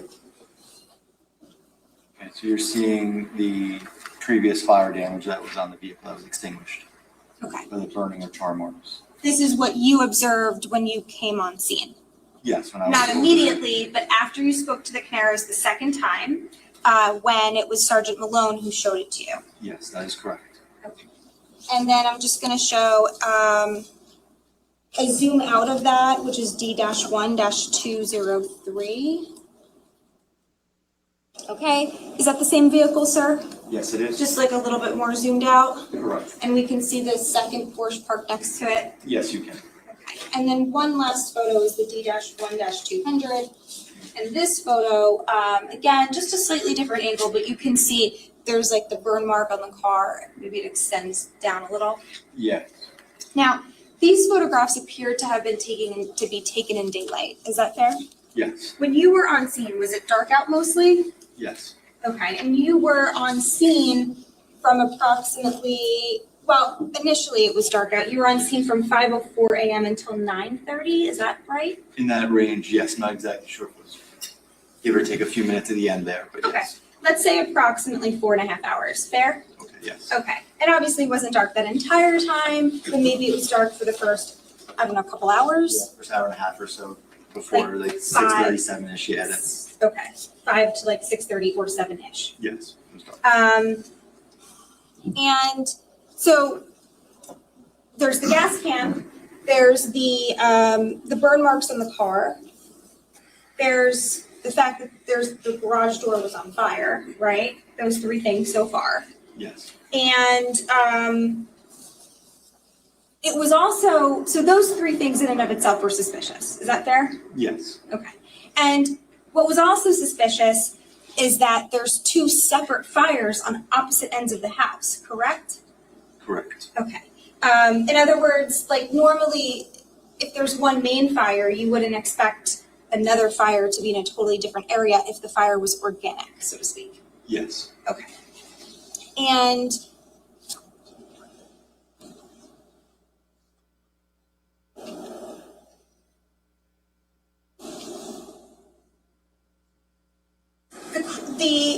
because of the gas can, because of the burn marks on the car and this garage area, not only did there was crime scene tape being set up, but the reason is because it was becoming a crime scene, correct? Correct.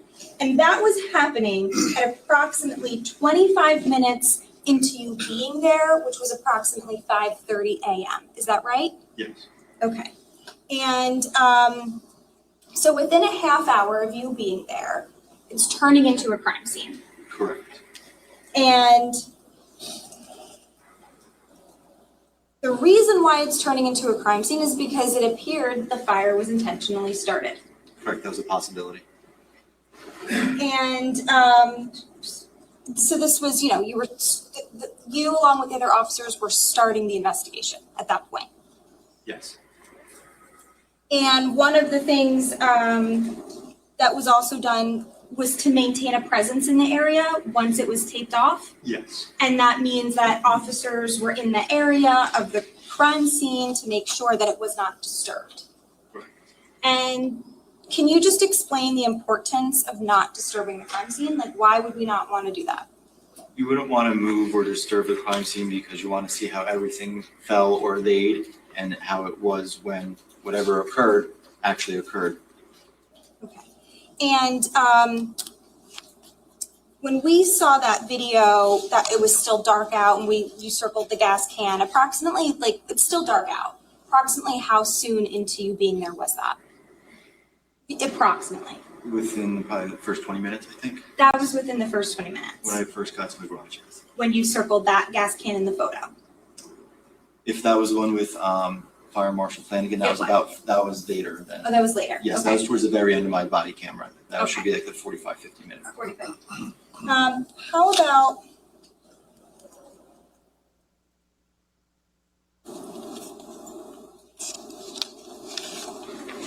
so it was within the first hour, Yes, and it was after the crime scene is starting to be set up. yes, Again, to make sure nothing is disturbed. yes. And the way that you saw the gas can in that photo, you agree that's what you saw at the time you saw it, right? Yes. Wasn't changed, was it? No. And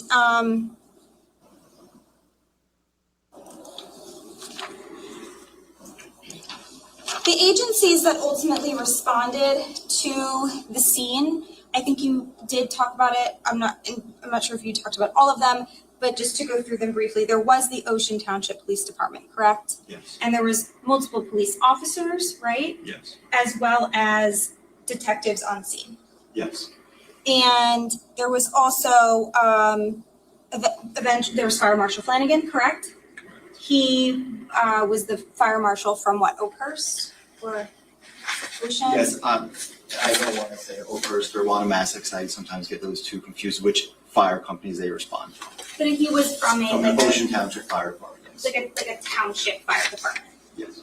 And since you were there until 9:30 approximately, you were also there when the county fire marshal showed up? Yes. Okay. And so there's to clarify, there's a county marshal for a township, and then there's a county fire marshal, which is a broader title.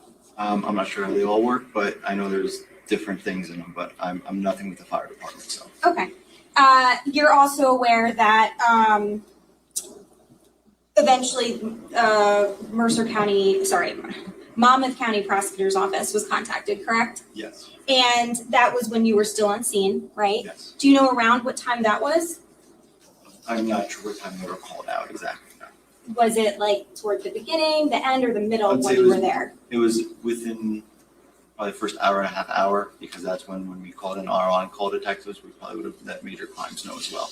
Okay. So within the first, we'll say hour and a half or so, Yes. right? The county prosecutor's office is notified to come on scene, right, at 27 till 10, Yes. Mr. Caneiro's house. Yes. And this is again because of the investigation that's unfolding and the suspicious fire that could be intentionally set or is likely intentionally set, Yes. based on what you knew at that time. And like you just mentioned, there was the major crimes detectives that showed up. Yes. And that's a detective who is assigned to a unit in the prosecutor's office that investigates more serious crimes like arsons. Is that fair? Yes. Also, there was detectives from the forensic unit. Are you aware of that from the prosecutor's office that arrived? I'm not sure exactly what units arrived at there. I know the prosecutor's office came out. I don't want to speak on what units actually came. Okay. Did you see while you were there? Did you see the detectives from the prosecutor's office arrive and process the scene at some point? Were you there for that? Yes. Okay, so there are detectives from the prosecutor's office processing the scene while you're still on scene. Yes. And the fire departments that responded included, I think you said Wanamasa? Yes? Yes. And Oakhurst? Yes. And were you aware of any other fire departments or no? It was a little bit ago. I'd have to look at the sheet, a call-out sheet for who arrived. I wouldn't want to speak on that now. Okay, no problem. Now, the two times that you spoke to Mr. Caneiro and his family members, is it fair to say they were cooperative with you? Yes. Okay. And at some point, as part of the investigation, and the prosecutor asked you about this, you were part of this. you and some other officers went into Mr. Caneiro's garage and you took a DVR, right? Yes, That's a video recording. yes, So there were cameras on the outside of Mr. Caneiro's home or something to that effect. Did you see that? yes, Okay. And that's why you meaning law enforcement wanted to seize the DVR, right? right, Okay. To see if there was evidence on it, right? yes, And I think you testified on direct that you became aware it was in the garage because another officer spoke to the Caneiros, and then that officer relayed to you where the DVR was located. yes, Okay. So as far as you were aware, again, Mr. Caneiro is being cooperative, right? yes, And the officer that I think you testified in direct that actually retrieved the DVR was Officer Bones. yes, And you were present while he was doing it. yes, You were watching him, correct, and he was on a ladder, yes, and the DVR was located on top of the refrigerator Yes. in the back corner of the Yes. garage.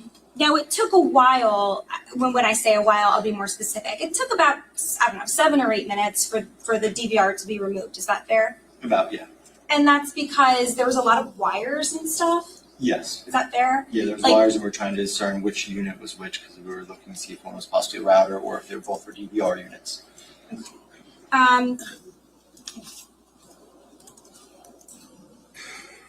Ladies and gentlemen, we're going to take a break for lunch. Doesn't seem like we're going to stop. So you guys are going to go downstairs, give you the minutes to get down there so you have a little bit longer. And I'll have you back up here at 1:30. Please don't discuss this case or do any research. I'll see you back up here at 1:30.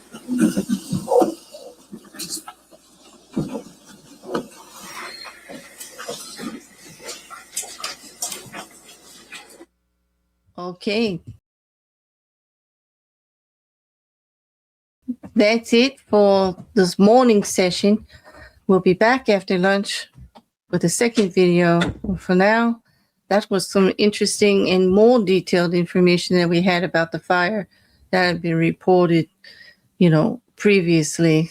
Much more detail, although a lot of repeating, I guess that's what the defense needs to do to try to get additional stuff out, or actually in trying to impeach witnesses based on old testimony and things like that. But let's look forward to the afternoon. Y'all have a good break, and we'll see you shortly.